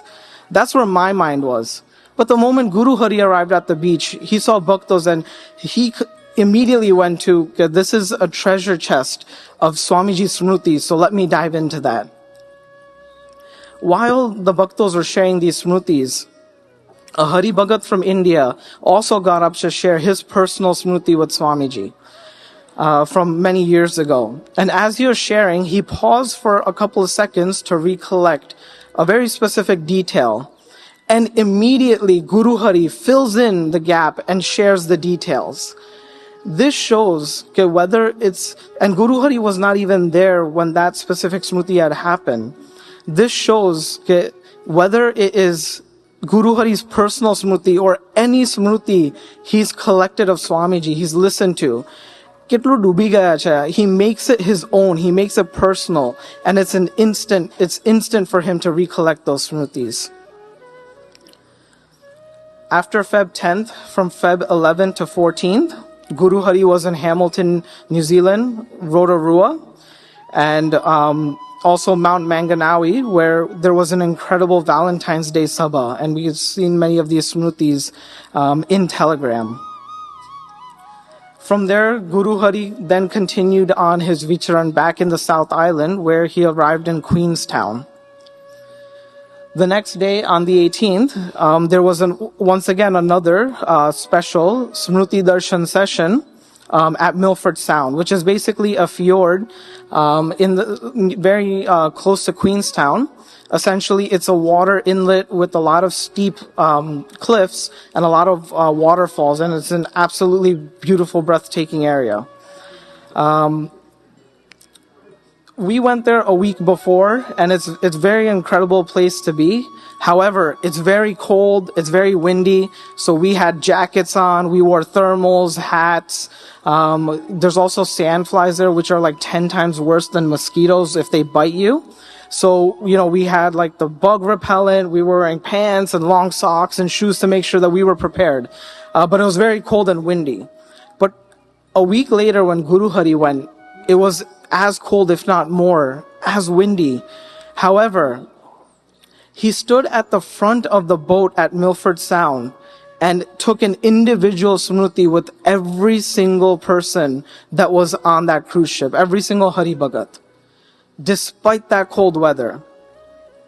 ભક્તોને આનંદ આપવા માટે ગુરુ હરિએ દેનો કોઈ દિવસ ગણતરી નથી કરી. And you can see this from the Smruti. From there, there were local areas, Cromwell, Alexandra, around Queenstown. And then eventually, February 20th, Guru Hari, yesterday, had a Sabha in Queenstown. And then today, he returned back to Auckland. So this summarizes up till now Guru Hari's Vicharan of New Zealand. But it really doesn't end here. You can see how extensive this Vicharan was. However, I'd like to quote what Mohan Bapa had said during the end of Bhakti Utsav, was that Guru Hari has been doing this 24/7, 365 days, where if you think about it, for the last 4 years, Guru Hari has crossed countless time zones.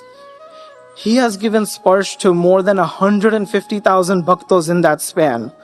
There's so many centers that he has established. And if you calculate over the span of the last 4 years, Guru Hari has done so much Vicharan that he could circle the earth 7 times. That's the extensive level of Vicharan Guru Hari has done. And when I think about it, why does Guru Hari do this?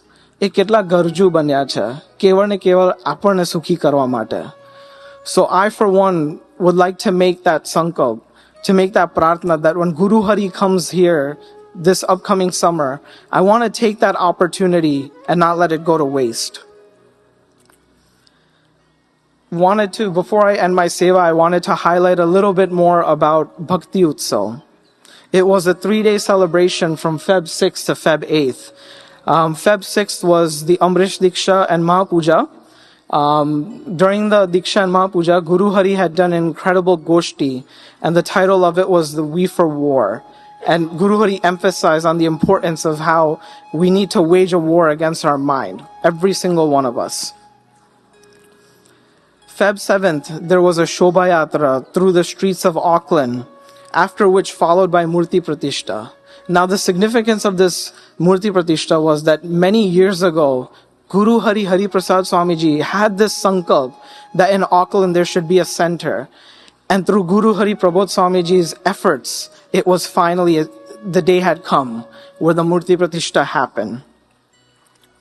After the Murti Pratishta, in the evening, there was an incredible sabha where Christopher Luxon, the Prime Minister of New Zealand, had come. And usually when a personality like that, and you can see his picture there, but when you see a personality like that come to these kind of events, we usually get awestruck by them, amazed. But it felt like it was on the flip side. Christopher Luxon was so amazed by looking at the whole setup. He was astonished by the level of preparation that the Bhaktos had done and the execution. And then he also mentioned in his speech how he firmly believed that the Hari Sumiran Center that had opened that day, it was an essential pillar for the community. And then he also thanked Guru Hari for all the efforts he has been putting in, all the relentless effort to uplift all these youths. The next day, Feb 8th, it was a closing session of Bhakti Utsav. It was very incredible where we were able to get labh of santos like Saromangal Swami, Chintan Swami, Anand Sagar Swami, and of course especially the labh of Guru Hari. In that closing sabha, in Guru Hari's Goshti, the very opening, he asked everyone that out of all of the Goshtis that we heard, all the labh that we got throughout the span of 3 days, which Goshti or which labh receives a gold medal? Who should get a gold medal? And then Guru Hari himself says, it's Prabhu Namanbhai. And the reason why Guru Hari gave Prabhu Namanbhai the gold medal for his Goshti was that in Prabhu Namanbhai's Goshti, it was purely saying the good virtues of every single Hari Bhagat in Niramay Pradesh. Whether it was Vadilo, Saishnu Bhayo, Yuvako, or even little children. Every single person, he found a gun and he shared that gun throughout his Goshti. That's all it was. And Guru Hari gave a gold medal. Further in his Paravani, Guru Hari emphasized how taking gun of others is the best way to speed up our spiritual journey. And it wasn't only in this closing Goshti, even 2 days before that, on the 6th, during the evening session, when Guru Hari was about to leave the Sabha hall, he specially approached the podium and he asked for the mic. And he had a special request from everyone. And I'm going to read it in Gujarati, phrase word for word. Guru Hari approached the podium and he said, કે નિરામય પ્રદેશનો ઉમંગ અને ભક્તિ અદ્ભુત છે. એથી વિશેષ અદ્ભુત એ લોકોના જીવનમાં અશોકભાઈ અને શાશ્વત સ્વામીનો સ્વીકાર છે. આપણે પણ આજના શુભ દિવસે આ એક ગુણ છે નિરામય પ્રદેશનો. એ ગુણ સાથે લઈને જવું છે. એ આપણા માટે આપણો ભક્તિ મહોત્સવ છે. ખાલી હાથે આવીએ અને ખાલી હાથે જતા રહીએ તો આયા રે લોલ ને ગયા રે લોલ, એવું આપણે નથી થવા દેવું. તો આ ભક્તો જે આપણા ભક્તિ કરી રહ્યા છે આપણું પુણ્ય લૂંટી રહ્યા છે, એ એનો ગુણ, એનો મહિમા હૈયાના વિશે સ્થિર કરી સમયો આપણા પોતાનો કરી અને અહીંથી નીકળવું છે. This is how much Guru Hari emphasized on the importance of taking good virtues in everyone. So to end my seva, I'd like to share one gun I took away of Niramay Mandar there. Although it's a very small mandar compared to the US or other mandars like Canada, I see that it's 10 times its size when it comes to offering bhakti towards not only Guru Hari, but all of the bhaktos that were there attending Bhakti Utsav. Guru Hari often says that a Nimit Sevak should be like a Hamelya Badad. And you can literally see that in the bhaktos. The Bhajan Mandar Sevakos who were part of Bhajan Mandar, as soon as their seva was done, they would wrap up and quickly join kitchen team in serving seva. The kitchen sevako who wake up early in the morning, prepare the prasad, feed the bhaktos, serve the bhaktos, would quickly finish that seva and then join in a different seva, like being coordinators for the Shobha Yatra. The audio video team would be part of the cultural program, whereas the people hosting would help backstage in any way possible. And you could see that every single sevak there, they didn't silo themselves into a specific seva or their own comfort zone, but rather they got out of that comfort zone and made sure to fill in the gap wherever they saw it, only and only to please Guru Hari. So I'd like to pray that I can also attempt to get out of my comfort zone and try to fill in the gaps when needed. Now, to end this session, we're going to be listening to Guru Hari's Goshti that he did on the day of the Murti Pratishta. Before this Goshti plays, I just want to emphasize how fortunate we all are that the Murti Pratishta happened in Auckland recently. However, we have had a center, a mandir here, for so many years that Hari Hari Prasad Swamiji and Guru Hari had set up for us. Guru Hari in this Paravani that we're about to listen explains with which bhavana we should do Thakurji's darshan and why it's crucial for us to come to mandir regularly to have Thakurji's darshan. So let's now listen to Guru Hari's Paravani. Sajanand Sai Maharaj.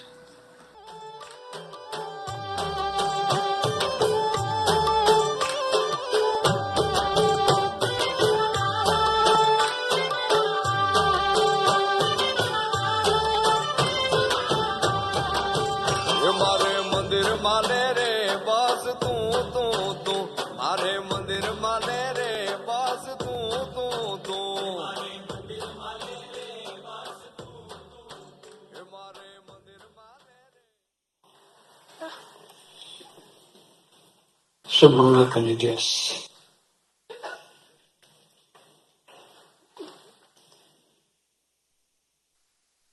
આજે આપણી સમક્ષ ઠાકોરજી પ્રત્યક્ષ થયા.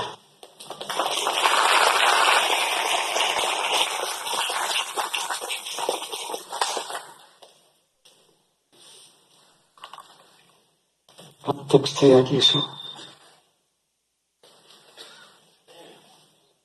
આ મૂર્તિ નથી રહી.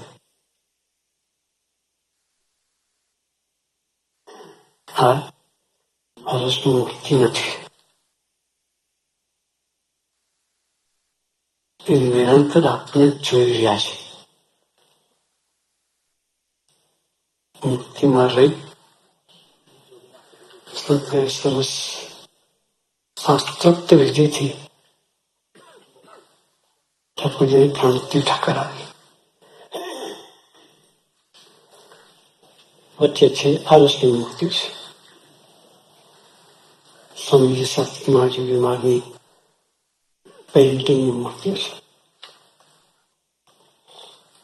એ painting નથી, એ આરસ નથી.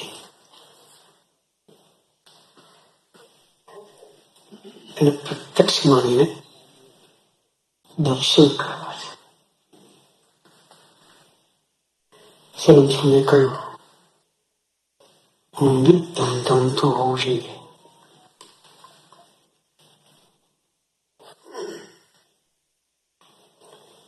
અર્ધમંત્રીની વાત કરી ધૈર્ય શાસ્ત્રી મહારાજ પધરાવેલા છે. ફક્ત 2 વાગે સંતો પ્રેમ કરતા. કેટલા? 2 વાગે. ભક્તિ સાંઈ સ્વામી કહ્યું છે 2 કલાક શાસ્ત્રી મંદિરમાં સુવે છે.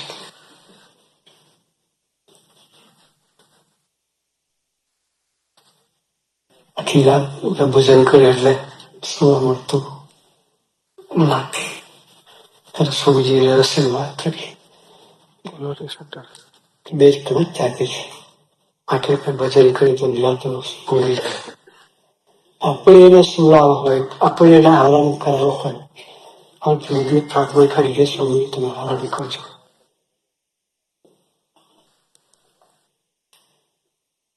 એને આરામ ના થાય. એને આરામ આપવો હોય તો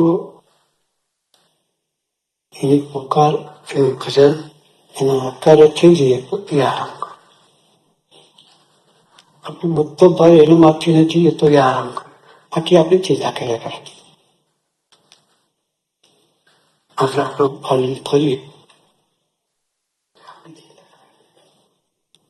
આરામ ન મળે. કારણ કે બધો ઉછળ છે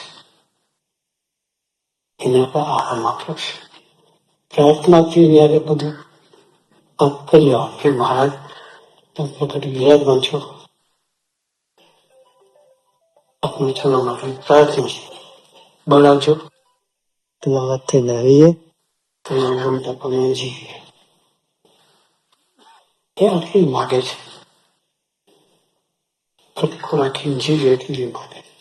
ઠાકોરજી પાસે આવીને ભજન કરી જવાનું.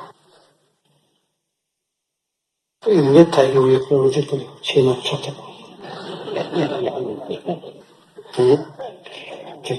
એને એકલ પણ લાગે. હા,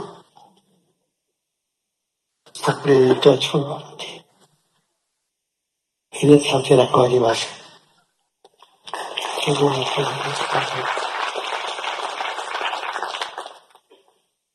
બાપ સાથે હોય તો છોકરાની ચિંતા રહે. બાપ સાથે હોય કે માણસ સાથે હોય છોકરો મસ્તીથી પ્રસ્તુત કરતો હોય એટલે જાય તો બાપની ચિંતા રહે, મારી ચિંતા રહે, છોકરાની બાપની સાથે બસ એમની રાહ જોઈએ. હવે બહાર ગયા હોય ઘેરે કહીને ગયા હોય કે સાંજે આવી જઈશ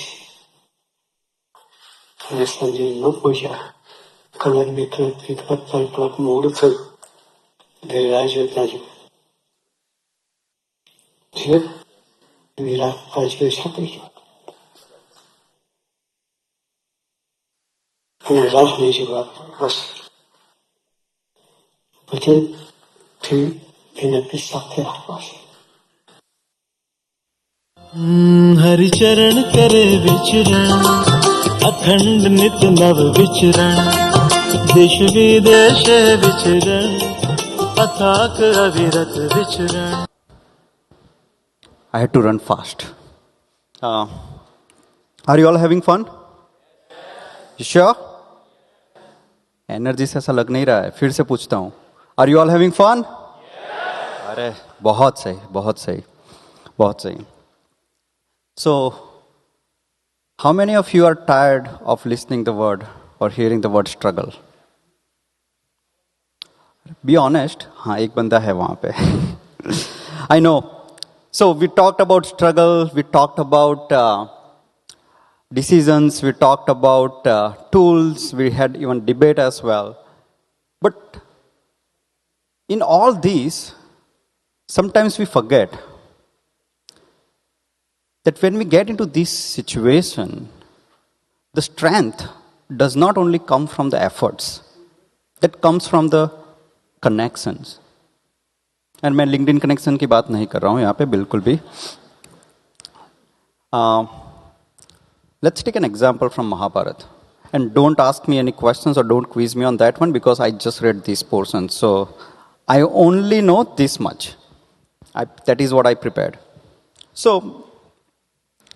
When during Mahabharata, even Arjun had struggles, right?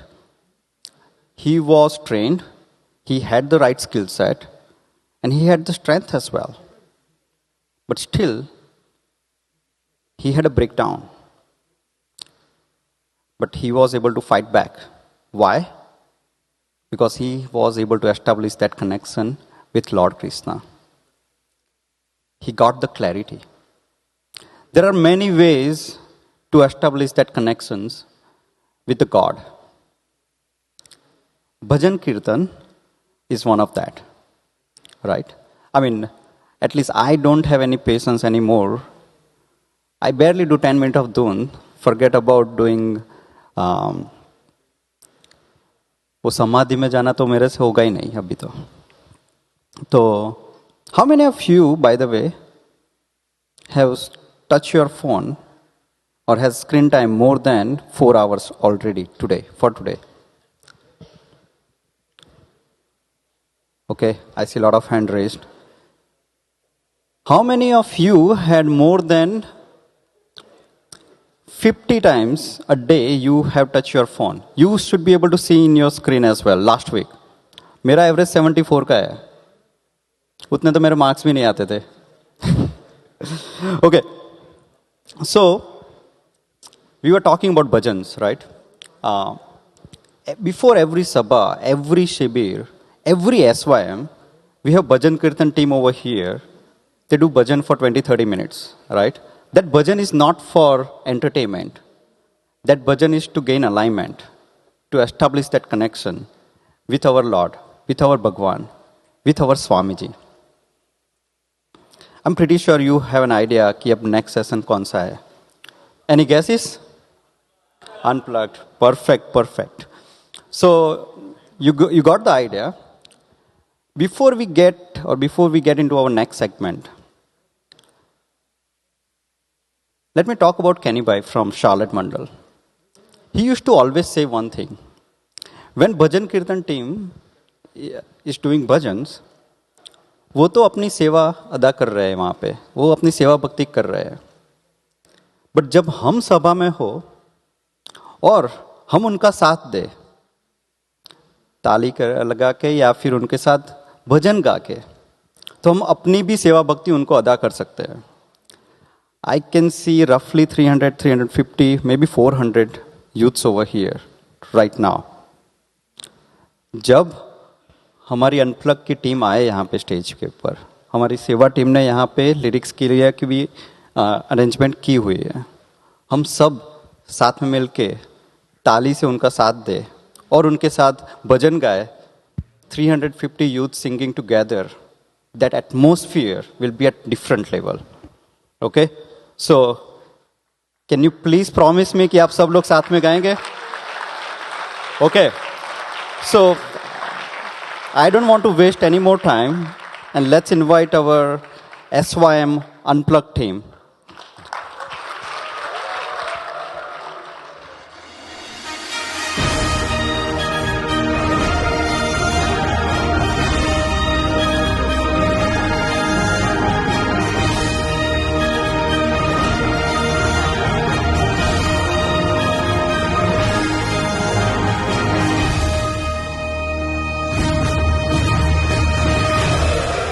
How's everyone doing?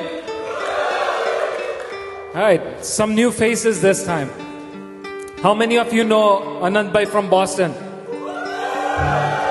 I think we can do a little bit better than that. For Anand Bhai from Boston.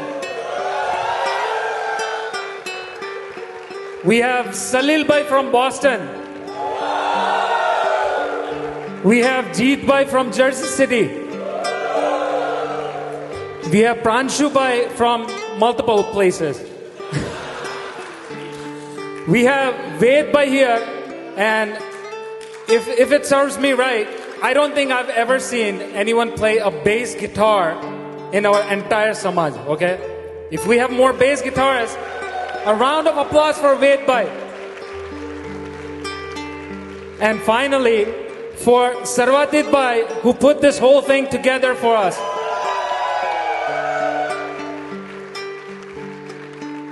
All right, Jeet Bhai, let's kick it off. तलवारों पे sir वार दिए,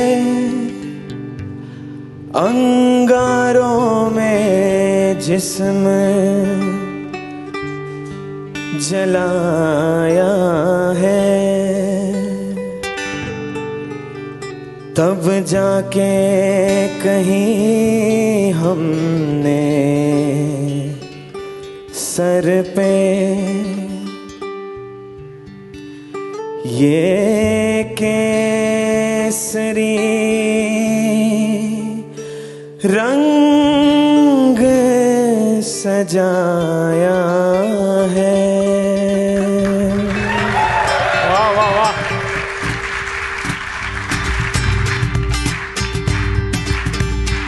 ओ आधार मारे स्वामी तारो, आधार बीजा टाड़ो,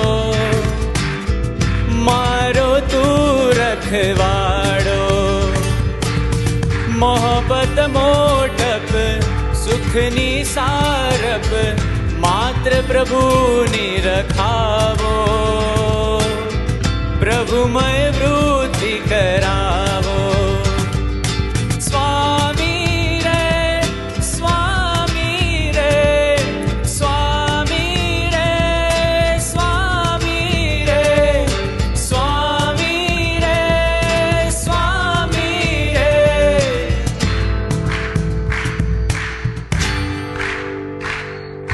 स्वभाव के गुण दोष भारती मुक्त करो प्रभु राय, सुरुचि तो जीवनु सुरुचि तो जीवनु सुरुचि तो जीवनु जीवन कहवाय, वालम वेला थने वर्णीय थाय। स्वामी रे स्वामी रे स्वामी रे स्वामी रे, लुटवा जे बोलावो આવ્યો કાફલ ના રહેવાય, હસતા રમતા હો મઈ જઈએ બળદે સદાય, કોઈ પણ ભોગે ખપી જઈએ તો પ્રભુ રાજી થાય, પ્રભુ રાજી થાય, પ્રભુ રાજી થાય। સુરુચિ તો જીવનું જીવન કહેવાય, વાલમ વેલા તને વર્ણિય થાય। स्वामी रे स्वामी रे स्वामी रे स्वामी रे स्वामी रे।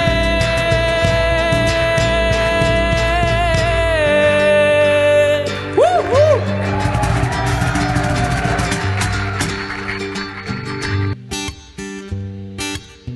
दिल में एक आशा है बढ़ते जाएंगे, हमने अब ठाना है स्वामी को रिझाएंगे।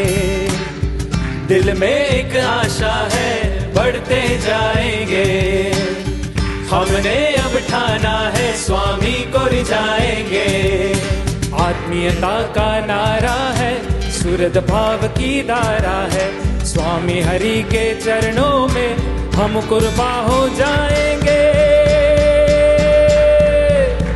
दिल में एक आशा है बढ़ते जाएंगे, कम ऑन। हमने अब ठाना है स्वामी को रिझाएंगे, दिल में एक आशा है बढ़ते जाएंगे, हमने अब ठाना है स्वामी को रिझाएंगे।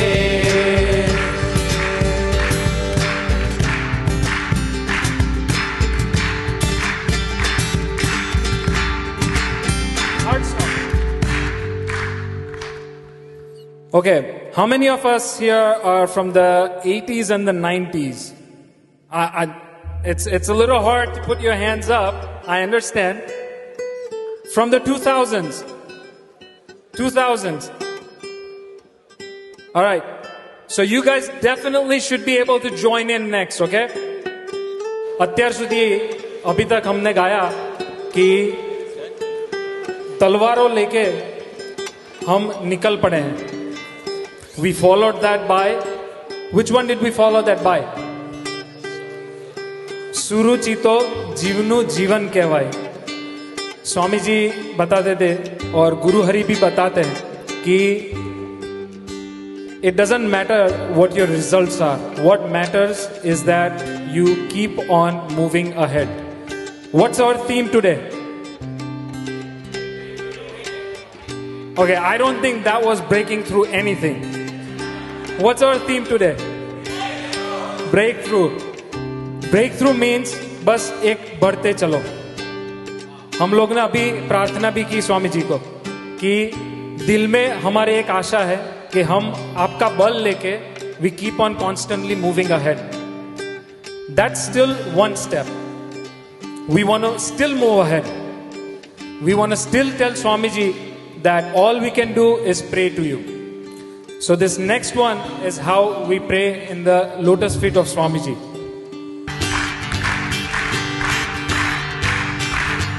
Oh, oh.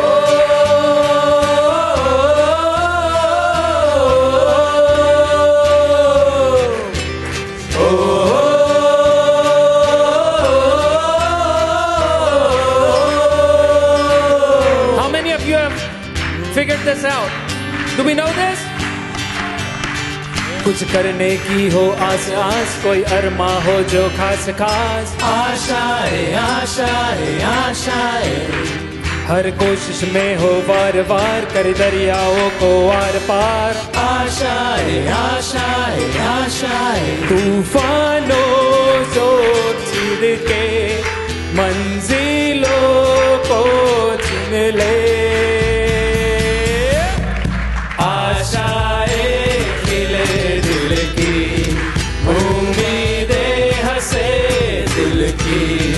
अब मुश्किल नहीं कुछ भी, नहीं कुछ भी,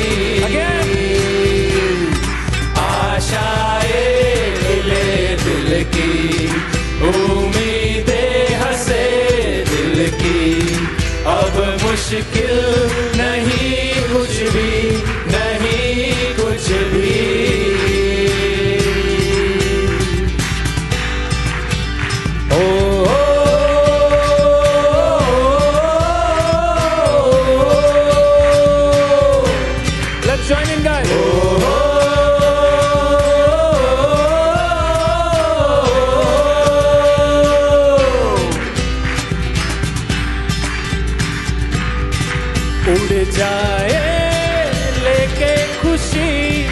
अपने संग तुझको वहाँ जन्नत से मुलाकात हो, पूरी हो तेरी हर दुआ,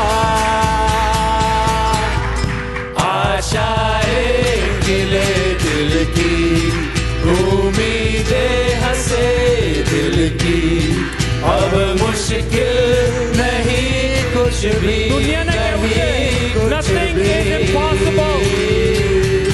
आशाएं खिले दिल की, उम्मीदें हंसे दिल की, अब मुश्किल नहीं कुछ भी, नहीं कुछ भी.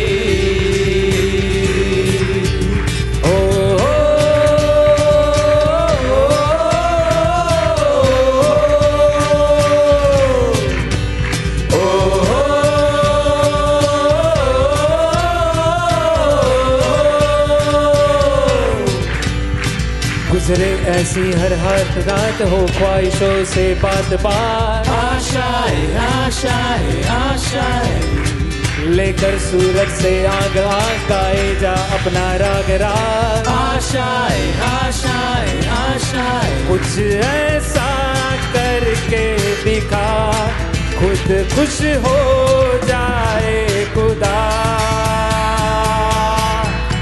आशाएं खिले दिल की, उम्मीदें हंसे दिल की, अब मुश्किल नहीं कुछ भी, नहीं कुछ भी, आशाएं खिले दिल की, उम्मीदें हंसे दिल की, अब मुश्किल नहीं कुछ भी, नहीं कुछ भी. Oh, oh, oh.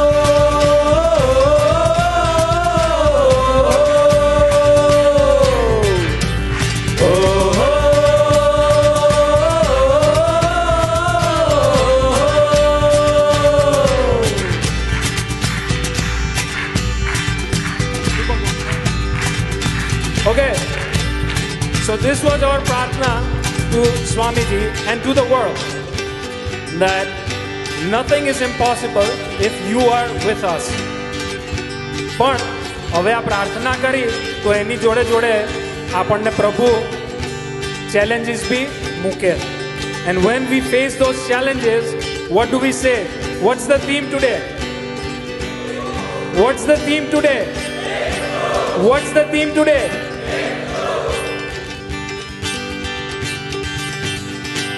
જે કાંઈ આવ્યું ને આવી રહ્યું છે અને જે આવશે આત્મમાં એ સર્વેનો દાતા તું છે. જાગ્રત રાખજે જીવનમાં, તારે આધીન છે સમગ્ર તંત્ર. વ્યાપક છે તું સમસ્તમાં, વ્યાપક છે તું સમસ્તમાં. અમે સર્જન છીએ, તું છે અમારો સર્જનહાર. તારું ભૂલતું બનાવજે અમને, પ્રાર્થીએ તવ ચરણોમાં સદા. પ્રાર્થીએ તવ ચરણોમાં સદા. અમે તો તારું સર્જન છીએ, તું છે અમારો સર્જનહાર.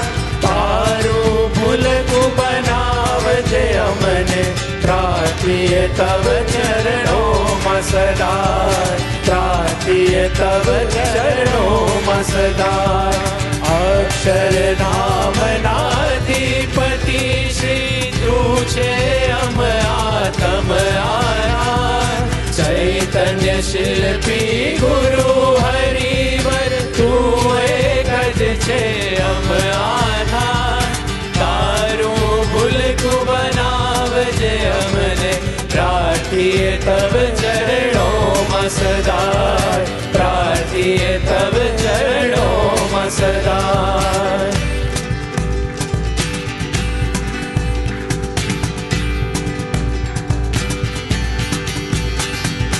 અતિ સમર્થી તારી છતાંય સૌની ચરણ રજ બન્યો તું. કલ્પનાતીત સ્વરૂપ તારું તો એ ભક્તોનું ભૂલકું બન્યો તું. દાસના દાસ થઈને રહ્યા છે, એના રંગે રાજો તું. એના રંગે રાજો તું. તોની ભક્તિ કરવા બળ દે તું અખૂટ અપાર. તારું ભૂલકું બનાવજે અમને, પ્રાર્થીએ તવ ચરણોમાં સદા. પ્રાર્થીએ તવ ચરણોમાં સદા. Let's sing this again. તારું ભૂલકું બનાવજે અમને, પ્રાર્થીએ તવ ચરણોમાં સદા. પ્રાર્થીએ તવ ચરણોમાં સદા. પ્રાર્થીએ તવ ચરણોમાં સદા. પ્રાર્થીએ તવ ચરણોમાં સદા.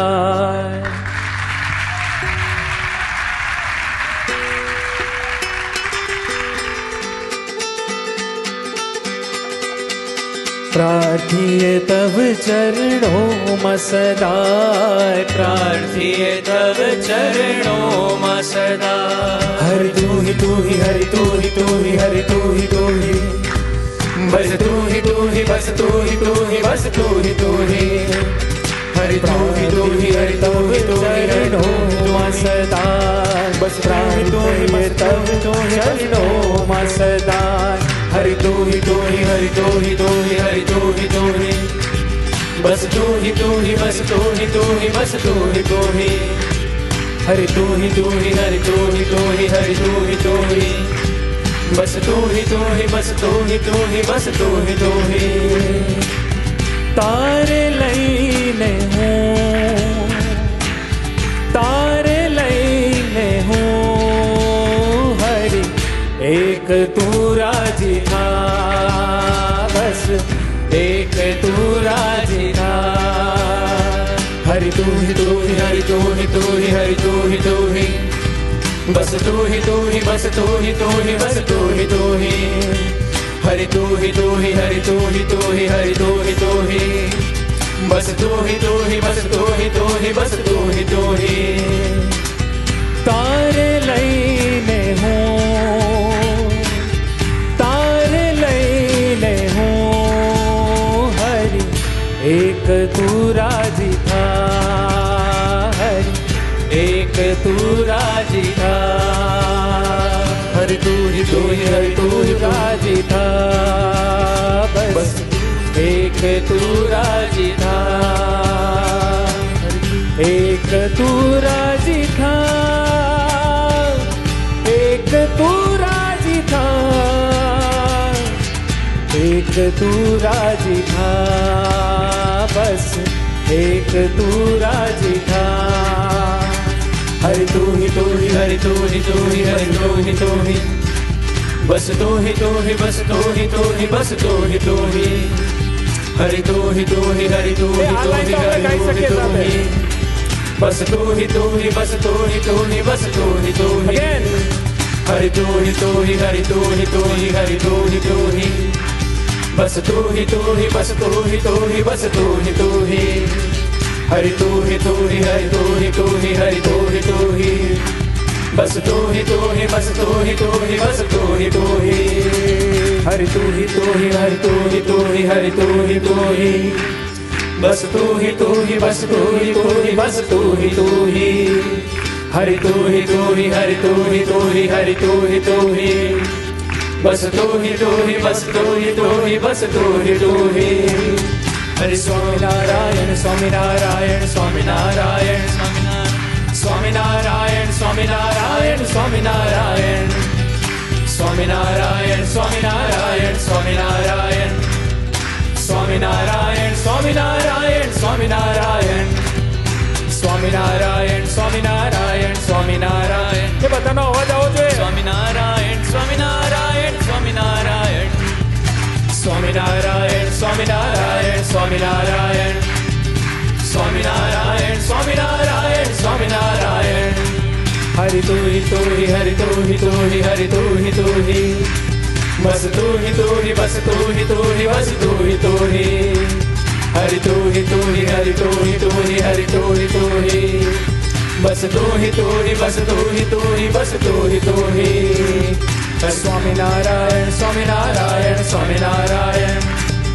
स्वामी नारायण स्वामी नारायण स्वामी नारायण स्वामी नारायण स्वामी नारायण स्वामी नारायण स्वामी नारायण स्वामी नारायण स्वामी नारायण स्वामी नारायण स्वामी नारायण स्वामी नारायण स्वामी नारायण स्वामी नारायण स्वामी नारायण हरि तू ही बस तू ही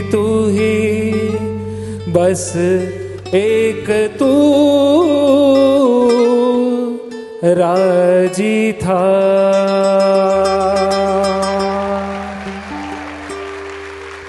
सहजानंद स्वामी महाराज ने जय श्री अक्षर पुरुषोत्तम महाराज ने जय शास्त्री जी महाराज ने जय योगी जी महाराज ने जय गुरु हरि प्रसाद स्वामी महाराज ने जय जय जय प्रगट गुरु प्रबोध स्वामी महाराज ने जय जय जय आत्मीय समाज ने जय जय जय हरि प्रबोधम परिवार ने जय जय जय समन्वय यूथ मीट ने जय जय जय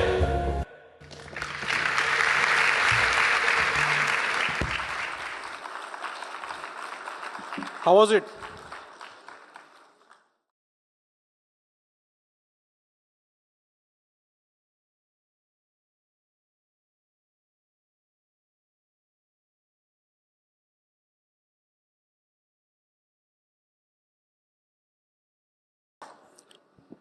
You can relate yourself somewhere, right? So when sculpture come to us, it might be tough for us to think about all of that shape thing. It can be tough. but if we decide to accept his entire process, we can become his masterpiece. So उसी के ऊपर कुछ लाइनें हैं कि गुरु की हर चोट में छुपा आशीर्वाद होता है, गुरु की हर चोट में छुपा एक आशीर्वाद होता है, हर परीक्षा में ही विकास होता है। गुरु की हर चोट में ही छिपा एक आशीर्वाद होता है, हर परीक्षा में ही विकास होता है। जो सहले ऊपर वाले की मार को, जो सहले ऊपर वाले की मार को, वही जीवन में अति विशेष होता है। So, life doesn't want to break us, right? It tries to build us. So, going ahead to learn on this more from our breakdown to breakthrough, let us invite Pujya Sanket Bhai to give us more guidance on that. Give a big hand to him.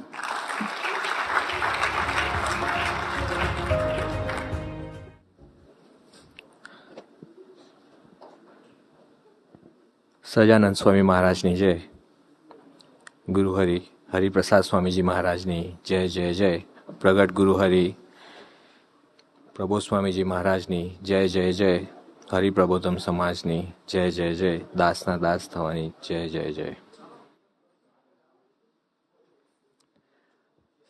Amazing story હતી. સ્ટોરીનો જે tech હવે હતો કે એ બંને પથ્થરને પહેલાં chance મળ્યો હતો. ભગવાને સિલેક્શન પહેલાં એ બે પથ્થરનું કર્યું હતું, પણ એ લોકોએ ના પાડી કે અમારે ચેલેન્જીસ એક્સેપ્ટ નથી કરવી, સંઘર્ષ નથી કરવો, તો બીજા પથ્થર પર આવ્યું. ને જે બીજા પથ્થરે એ જે મૂર્તિકાર હતા એના પર ટ્રસ્ટ કર્યો ને એ પેઇન સહન કર્યું, તો ભગવાને એમને પથ્થરમાંથી મૂર્તિ બનાવી દીધી ને એ પૂજાવા લાગ્યા.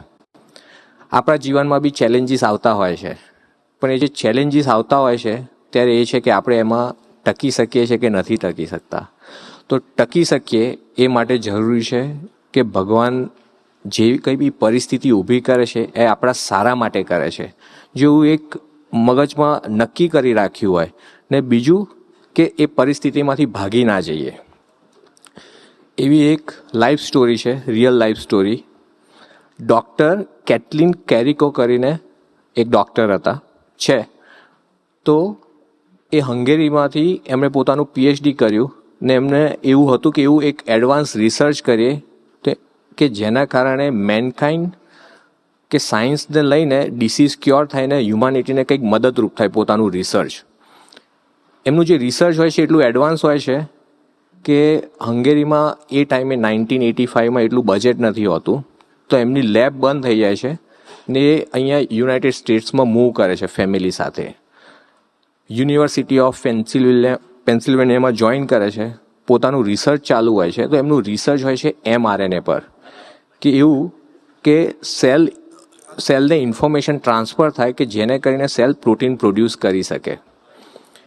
એ ટાઈમે ઇટ્સ એડવાન્સ હોય છે, તો એના માટે જે ફંડિંગ જોતું હોય, જે ગ્રાન્ટ જોતી હોય, તો જેના જોડે માગે છે એ લોકો રિજેક્ટ કરી દે છે કે એમના આન્સર એવા આવે છે કે આ બધું પ્રેક્ટિકલ નથી, આ વિલ વર્ક નહીં થાય. પણ છતાં બી એ પોતાનું રિસર્ચ ચાલુ રાખે છે. એક સમય એવો આવે છે કે એમને પોતાની યુનિવર્સિટીમાંથી બી એટલો સપોર્ટ નથી મળતો, તો એક પોઝિશન ડાઉન થવું પડે છે. છેવટે એવી પરિસ્થિતિ આવી જાય છે, 1-2 વર્ષ નહીં પણ 10-15 વર્ષ જતા રહે છે, પણ એમને કોઈ સફળતા કે રેકોગ્નિઝન એવું મળતું નથી. તો છેવટે પોતાની એકેડેમિક લાઈન છોડીને પ્રાઇવેટ કંપનીમાં જાય છે. એક જર્મન બેઝ કંપની જોડે એ પોતાનું કરિયર સ્ટાર્ટ કરે છે. ત્યાં બી પોતાનું રિસર્ચ ચાલુ રાખે છે, mRNA પર જે એમની રિસર્ચ હતું એ. એટ ધ એન્ડ 10 વર્ષ, 20 વર્ષ, 30 વર્ષ સુધી એમને કોઈ એવી સફળતા મળતી નથી. તો જ્યારે કોવિડનો ટાઈમ આવે છે ને આપણને ખબર છે કે આખી સિચ્યુએશન કેટલું પેનિક થઈ જાય છે અને બધા વેક્સિન શોધવા માટે કે એની કોઈ મેડિકેશન શોધવા માટે બધા પ્રયત્ન કરતા હોય છે. જો સાયન્ટિસ્ટ કોઈ ટ્રેડિશનલ મેથડ જોડે જાય તો એ ટાઈમ વધુ લાગી જાય. તો ત્યારે એમનું જે આ ડૉક્ટર કારિકોનું જે રિસર્ચ હોય છે એ બેઝ બને છે ને એના કારણે ફાઇઝર ને એમની જે કંપની હોય છે જેનેટેક બે કોલોબરેટ કરે છે ને વેક્સિન એ લોકો ડેવલપ કરે છે. ને બિકોઝ ઓફ ધ રિસર્ચ 2023માં એમને પહેલાં કોઈ જાણતું બી નહોતું, તો 2023માં એમને ને એમના જે એક પાર્ટનર હોય છે એને નોબેલ પ્રાઇઝ મળે છે. તો એ વસ્તુ વિચારીએ તો કોઈ સામાન્ય વ્યક્તિ હોય કે બીજું કોઈ હોય તો 5-10 વર્ષમાં અગર ફેલિયર મળતું હોય ને બધા આજુબાજુ બધા વાત કરતા હોય કે આમાં તને કોઈ સક્સેસ નહીં મળે, તો એ પ્લાન ડ્રોપ આઉટ કરી દે. પણ એમણે પોતાનો જે સંઘર્ષ હતો એ ચાલુ રાખ્યો. તો 30 વર્ષના અંતે એમનું જે ગોલ હતું કે પોતાના રિસર્ચથી મેનકાઇન્ડને હેલ્પ થાય ને એમને જે રેકોગ્નિશન મળે એ 2023માં એમને મળ્યું. પણ આપણે બધા ભગવાનના સંબંધમાં આવ્યા છીએ, તો ભગવાનને બી આપણું જીવન, આપણું ઘડતર કરવું છે. ને આપણા ઘડતર કરવા માટે આપણા જીવનમાં બી એવી પરિસ્થિતિઓનું સર્જન કરતા હોય કે જેને લઈને આપણા પથ્થર જેવું જીવન છે એ મૂર્તિ બની શકે. એવો જ એક પ્રસંગ છે ભગવાન સ્વામિનારાયણ વખતે લાધીબા કરીને હતા. એ જે લાધીબા હતા એ ભગવાન સ્વામિનારાયણના જે ગુરુ હતા એમના માટે નિષ્ઠા ધરાવતા હતા. પણ જ્યારે કચ્છ ભુજમાં ભગવાન સ્વામિનારાયણ પધારે છે ત્યારે આજુબાજુના જે બધા ભક્તો એ દર્શન કરવા જતા હોય છે તો એમને ભગવાન સ્વામિનારાયણનો ખાસો મહિમા હોય છે, એમનો ભગવાન સ્વામિનારાયણની એવી અનુભૂતિ થતી હોય છે. તો એ લાધીબાને બી કહે છે કે તમે બી દર્શન કરવા આવો ને, કેમ નથી આવતા? તો એ કહે છે કે ના, હું તો રામાનંદ સ્વામીને જ માનું છું, ભગવાન સ્વામિનારાયણને નહીં માનું. પણ ભગવાન સ્વામિનારાયણ એમને અનુભૂતિ કરાવે છે ને પછી એ ભગવાન સ્વામિનારાયણમાં બિલીવ કરે છે. તો ત્યારે ભગવાન સ્વામિનારાયણને કહે છે કે ખરેખર ભગવાન તો તમે છો, તો આજથી હું તમારામાં 100% શ્રદ્ધા રાખીશ. તો ભગવાન સ્વામિનારાયણ એમને કહે છે કે તમારી શ્રદ્ધા ખાલી 50% જ છે. જો 100% તમારે કરવી હોય તો હું કહું એમ કરો. તો ભગવાન સ્વામિનારાયણ એમને એક આજ્ઞા આપે છે, કાઇન્ડ ઓફ ચેલેન્જ આપે છે કે તમે જ્યારે કચ્છ ભુજથી ગઢડા જાઓ તો ત્યાં તમારા જે સાથી મિત્રો હોય કે જીવુબા છે, લાડુબા છે અને બીજા જે બહેનો હોય એમના જોડે જ્યારે તમે સેવા કરો ત્યારે તમારી એમની જે પોઝિટિવ વસ્તુ છે એને જ જોવાની. જોડે એમને ચેતવે બી છે કે તમારું બહુ બુદ્ધિવાળું અંગ છે એટલે તમને એ બધું દેખાશે. પણ એમની ચેલેન્જ હતી કે તમારે એમને ખાલી પોઝિટિવ વસ્તુ જ લેવાના છે. કારણ કે એવું વિચારજો કે ત્યાં જઈને કોઈની ટીકા ચર્ચા કે કોઈનું નેગેટિવ નોંધતા નહીં. તો લાધીબા જાય છે ભગવાનની આજ્ઞાથી. તો જ્યાં પહેલો દિવસ, બીજો દિવસ, ત્રીજો દિવસ બધા જોડે સેવા કરે છે તો એ પોતાનું એમનું જીવન એવું ટોપ હોય છે કે એમને બીજા બધાનું બી દેખાવા લાગે છે. પણ ત્યારે એ ભગવાનને પ્રાર્થના કરે છે. એમના માઇન્ડ એમને બહુ ફાઇટ આપતું હોય છે. તો ભગવાનને પ્રાર્થના કરે છે કે ભગવાન તમે મને પોઝિટિવ દેખાડજો આ લોકોનું. તમારી આજ્ઞા છે કે મારે પોઝિટિવ જોવાનું છે. આવું 1.5 મહિનો થાય છે. પછી જ્યારે ભગવાન ત્યાં હોય છે તો એમને લાધીબાને પૂછે છે કે કેવું બધું બરાબર ચાલે છે? ત્યારે લાધીબા કહે છે કે શું ખાક બધું બરાબર ચાલે કે કેવા બધા લોકો છે, કોઈને કંઈ સમજ જ નથી પડતી, એવી બધી ભગવાનને કમ્પ્લેન બી કરી. ત્યારે ભગવાન એમને કહે છે કે એ બધા તો બરાબર જ છે, આપણામાં પ્રોબ્લેમ છે એટલે એમનામાં એવો પ્રોબ્લેમ દેખાય છે. લાધીબા ભગવાન જે કહે છે એને એક્સેપ્ટ કરે છે કે હા ભૂલ મારી જ છે. ને પછી ભગવાન જોડે પ્રાર્થના કરે છે કે ભલે મને થોડું ટફ પડે પણ એવી પ્રાર્થના કરે છે કે હું આ છોડીને જતી ના રહું, તમે મને બળ આપજો. ને એમ કરીને પોઝિટિવ જે બી ભક્તો હોય છે એનું લેવાનું ચાલુ કરે છે. એટ ધ એન્ડ 3 મહિનાના સ્ટ્રગલ પછી જ્યારે ભગવાન સ્વામિનારાયણ એમને પાછા જવાની આજ્ઞા આપે છે તો ભગવાન સ્વામિનારાયણ એમને કહે છે કે ખરેખર તમે મને રાજી કરીને જાઓ છો. કેમ? કારણ કે 3 મહિના એમણે પોતાના માઇન્ડ જોડે ફાઇટ કરી. માઇન્ડ કહેતું હતું કે આ બધું બરાબર નથી, આપણે બી જોડે કામ કરતા હોય તો આપણને બી એવા જોબ પર, ઘરમાં કે અહીંયા મંદિરમાં આવતા હોય તો જેટલું આપણા જેવા નેચરવાળા હોય એનું બધું સારું લાગતું હોય, આપણા જેવા જે નેચરવાળા ના હોય એ બધાનું સારું ના દેખાતું હોય. પણ એવા ટાઈમે એમણે ભગવાનનું વચન પકડીને પોઝિટિવ જ લીધું તો ભગવાન રાજી થઈ ગયા. બીજું કે ભગવાનને એવો અધિકાર આપ્યો કે ભગવાન એમને એવું કહી શક્યા ને એ એમને ફોલો કર્યું. ને જ્યારે ટપ પડતું હતું ત્યારે છોડીને જતા ના રહ્યા. આવો જ એક પ્રસંગ સ્વામીજી વખતે સતાભાઈ કરીને આપણે એક હરિભગત હતા. તો સતાભાઈના જે દીકરી હતા એ 5 વર્ષના હશે ને સ્કૂલે જતા હશે, તો એમને બોર્ડ ઉપર કંઈ વંચાતું નહોતું. તો એમના ટીચરે સતાભાઈને કીધું કે આમને તમે ડૉક્ટરને ચેકઅપ કરાવો. તો ડૉક્ટર જોડે ચેકઅપ કરાવે છે તો એમને 2.5 જેટલા નંબર હોય છે આંખના. તો એ સ્વામીજીને વાત કરે છે. તો સ્વામીજી કે હોતું હશે કે આપણી દીકરીના નંબર હોય જ નહીં, તમે 30 મહાપૂજા કરાવો. સતાભાઈ બી બહુ નિષ્ઠાવાન ભગત હોય છે કે સ્વામીજી કહે છે 30 મહાપૂજા કરાવે છે. એ 30 મહાપૂજા કરાવી પછી ફરીથી ચેક કરાવે છે તો નંબર 3.5 થઈ જાય છે. સતાભાઈ ફરીથી સ્વામીજી જોડે જાય છે તો સ્વામીજી કે ના હોય કે તમે 50 મહાપૂજા કરાવો. તો સતાભાઈ 50 મહાપૂજા કરાવે છે. પછી ફરીથી ચેક કરાવે છે તો નંબર 4.5 થઈ ગયા હોય છે. પછી એ નક્કી કરે છે કે હવે સ્વામીજીને મળીએ પણ નંબરની વાત નથી કરવી. કદાચ હું હોઉં તો મને એવું થાય કે કેમ નહીં થતું હોય, શું છે, બધું ખાસા બધા વિચારો સ્ટાર્ટ થઈ જાય. પણ સતાભાઈ સ્વામીજી પર એમનો વિશ્વાસ અતૂટ હોય છે. જ્યારે સ્વામીજીને મળે છે તો સ્વામીજી ફરીથી સામેથી એમને પૂછે છે કે આપણા દીકરીના ચશ્માનું શું થયું. તો સ્વામીજીએ પૂછ્યું એટલે કહેવું જ પડે. તો કે સ્વામીજી 4.5 નંબર છે. તો સ્વામીજી કે આપણે 60 મહાપૂજા કરાવો. તો 60 મહાપૂજા કરાવે છે. ફરીથી ચેક કરાવે છે, નંબર 5.5 થઈ જાય છે. સ્વામીજીને મળે છે ફરીથી, સ્વામીજી ફરીથી સામેથી પૂછે છે. તો સ્વામીજી કે 80 મહાપૂજા કરાવો, કારણ કે નંબર 5.5 થઈ ગયા હોય છે. તો 80 મહાપૂજા પછી 7.5 જેટલો નંબર થઈ ગયો હોય છે. ત્યારે સતાભાઈ એમને પ્રાર્થના કરે છે સ્વામીજીને કે સ્વામીજી દીકરીના ગ્લાસીસ તો હવે બહુ જાડા થઈ ગયા છે, તો કે તમે એમના પર આવું કૃપા ના કરો. તો સ્વામીજી કે આપણે 100 મહાપૂજા કરાવો ને અંતે નંબર 8.5 થઈ જાય છે. તો આ એમને 5 વર્ષના દીકરી હશે ત્યારથી લઈને જ્યાં સુધી મોટા થયા સુધી, તો મેરેજ સુધી એમના ત્યાં ચશ્મા હતા. આ પરિસ્થિતિનો હું વિચાર કરું તો કે આમાંથી હું હોઉં તો કેટલો ટાઈમ સુધી એ સ્વામીજીની આજ્ઞામાં કે એવી રીતે એ પરિસ્થિતિમાં ટકી શકું. પણ સતાભાઈનો એ માનતા હતા, એ એમના દીકરીને એમનો પરિવાર, કે સ્વામીજી જે કંઈ બી કરે છે એ મારા સારા માટે કરે છે.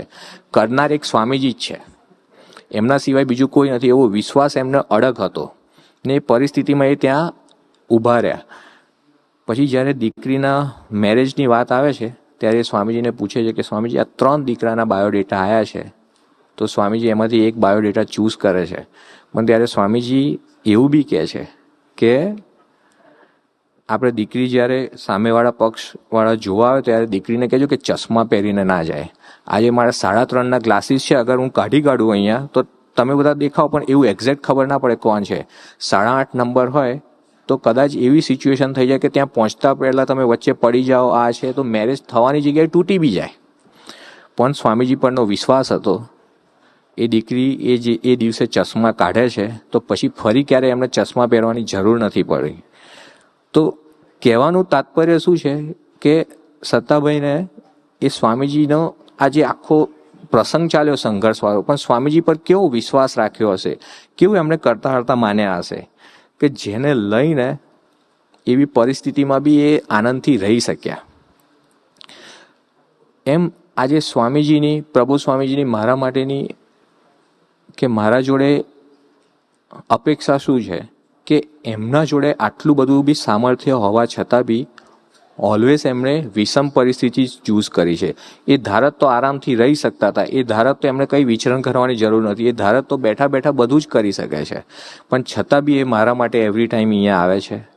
આજે મારા મમ્મીને અહીંથી ઇન્ડિયા જવાનું હોય તો હું કહું કે મમ્મી ના જાઓ, 73 યર્સની એજ હોય, પણ સ્વામીજી આટલી ઉંમરે બી પધાર્યા છે. પ્રભુ સ્વામીજી બી એવરી યર એ વિચરણ કરે છે. એવું હેક્ટિક શિડ્યુલમાં એમણે ચેલેન્જીસ એક્સેપ્ટ કરી છે. કેમ કે આપણા બધા જેવા ભક્તો હોય એમનું જીવન એ પથ્થરમાંથી એક મૂર્તિ તરીકે બનાવી શકીએ. એક છેલ્લો પ્રસંગની નાની વાત કરું કે જ્યારે શાસ્ત્રીજી મહારાજ ગોંડલ પધારતા હતા તો તો યોગીજી મહારાજ એમને વેઇટ કરવા માટે ઊભા હતા. તો શાસ્ત્રીજી મહારાજ ત્યારે આપણા જેમ ટેક્સ્ટ મેસેજ નહોતા કે આપણે એવું લખીએ કે આઈ એમ ઓન ધ વે, પણ એમનું ગાડું બળદ બીમાર પડી જાય છે શાસ્ત્રીજી મહારાજનું, તો કે વિલ બી લેટ એવું નહીં, તો ત્યાં યોગીજી મહારાજ એમનો વેઇટ કરતા હતા. તો વેઇટ કરતાં કરતાં રાત પડી જાય છે ને શાસ્ત્રીજી મહારાજ બીજા કોઈ ગામમાં બળદ ગાડું ચેન્જ કરે છે અને પછી ત્યાંથી નીકળે છે. તો યોગીજી મહારાજે જે જોડેવાળા એમના સેવક હતા એમને એવું કીધું કે શાસ્ત્રીજી મહારાજ આવે તો મને ઉઠાડજો, હું અહીંયા બાજુમાં વડ નીચે બેઠો છું. તો જેવું શાસ્ત્રીજી મહારાજ રાતે 2 વાગે પધાર્યા તો યોગીજી મહારાજ ત્યાં વડ નીચે બેઠા હતા. તો શાસ્ત્રીજી મહારાજને યોગીજી મહારાજનો સંબંધ એવો હતો કે એકબીજાના વિના રહી ના શકે. તો એ પૂછે છે કે યોગીજી મહારાજ ક્યાં છે? તો ત્યાં જે સેવક હોય છે એ કહે છે કે યોગીજી મહારાજ તો ત્યાં વડ નીચે તમને યાદ કરતાં કરતાં બેઠા છે. જેવા શાસ્ત્રીજી મહારાજ ત્યાં જાય છે તો યોગીજી મહારાજ એકદમ ધ્રુજી જાય છે ને શાસ્ત્રીજી મહારાજ કહે છે કે ધ્રુજો છો કેમ? તો કે તમારા આટલું બી અહીંયા ચાલીને આવવું પડ્યું એમ. ત્યારે શાસ્ત્રીજી મહારાજ એવું કહે છે કે યોગી તમે તો એવા છો કે તમને બધી જ છૂટ છે, તમારે જ્યાં બેસીને ભજન કરવું હોય ત્યાં કરી શકો છો. પણ જે યોગીજી મહારાજ એમના જોડે માગે છે એ સહજતાથી માગે છે કે શાસ્ત્રીજી મહારાજ અમને કસણીમાં રાખજો. કે આજે જે એ પ્રસંગથી આપણને ખ્યાલ આવે છે કે મોટા પુરુષ એમના યોગીજી મહારાજ જોડે બધું જ છે, સ્વામીજી જોડે બધું જ છે, પ્રભુ સ્વામીજી જોડે બધું જ છે, પોતે સામર્થ્યવાન છે, છતાં બી પોતે ચેલેન્જીસ માગે છે એમ.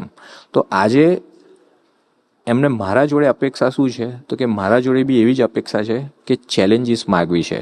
આજ સુધી મેં કદી માગી નથી, પણ જ્યારે આ ટોપિક મળ્યો ત્યારે આજે સ્વામીજીના અને પ્રભુ સ્વામીજીના ચરણે પ્રાર્થના કરવી છે કે સ્વામીજી તમે ચેલેન્જીસ એટલા માટે માગો છો કે ચેલેન્જીસને લઈને અમારો વિકાસ છે, અમારું ઘડતર બી ચેલેન્જીસમાં જ છે. ને જો એવા ચેલેન્જીસ વખતે અમે તમને ખરેખરો સાથ આપી દઈએ, ખરેખરું કરતા હરતા માનીએ, જેમ સતુ પપ્પા તમને માન્યા હતા, જેમ લાધીભાઈએ ભગવાન સ્વામિનારાયણને અધિકાર આપ્યો હતો, એમ અમે બી તમને, અમારા ભગવતીને, કિશનજીને, અમારા લીડર્સને એવો અધિકાર આપીએ કે એવા સમયે કે એક અમને છૂટથી સૂચન કરી શકે. કેમ કે જો અધિકાર નહીં આપ્યો હોય તો આપ એવું કહો છો કે 1000 વર્ષ બી જોડે રહ્યા હોય છતાં બી ના રહ્યા બરાબર છે, પણ જો અધિકાર આપ્યો હશે તો અમારા આત્માની ગતિ એકદમ સ્પીડી ચાલશે. એ અમને એવું કંઈ સૂચન કરશે ને અમે એને પોઝિટિવ લઈશું, તો જેના કારણે આપને જે ખરેખર અમારું જે પથ્થર જેવું જીવન છે એને મૂર્તિ બનાવી શકશું. તો આજના દિવસે આપને એ જ પ્રાર્થના છે કે અમને ચેલેન્જીસમાં અમે તમને કરતા હરતા માનીએ અને તમારો સાથ ઓલવેઝ પકડી રાખીએ, અમે મેદાન છોડીને ભાગી ના જઈએ. એ જ પ્રાર્થના સહજાનંદ સ્વામી મહારાજની જય.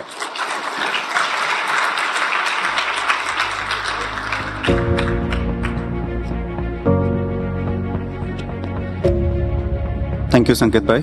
તમે અદ્ભુત લાભ આપ્યો. So before we move into the next session, I'm just kidding. We are done. Okay. So first of all, thank you so much everyone for coming to SYM today. I hope you have all the content and all the energy to break through together. So let's talk about the takeaways. Okay. So my first takeaway is struggling without the right attitude drains our energy and leads to burnout. Second, comfort maintains who you are. Struggle shapes who we are meant to become. Thakurji is pleased when we perform bhajan and surrender our burdens onto him. And the last one, the easiest way to overcome struggle is to believe every circumstances he creates in our lives is for our growth and our utmost benefit. Before we conclude, we have a couple of announcements. We have pickleball tournament next week. You can see the QR code over here. Please register yourself. And now we will do Aarti.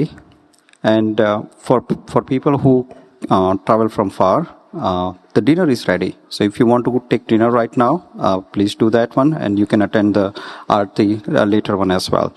Option is up to you. So let's turn ourselves towards Thakurji. And as Prabodh Swamiji said, Thakorji પ્રત્યક્ષ છે. આપણે જે પ્રાર્થના મૂકીશું એ ઠાકોરજી સાંભળે જ છે. તો આજે આરતી વખતે આપણે એ પ્રાર્થના ઠાકોરજી સમક્ષ મૂકીએ. જય સ્વામિનારાયણ.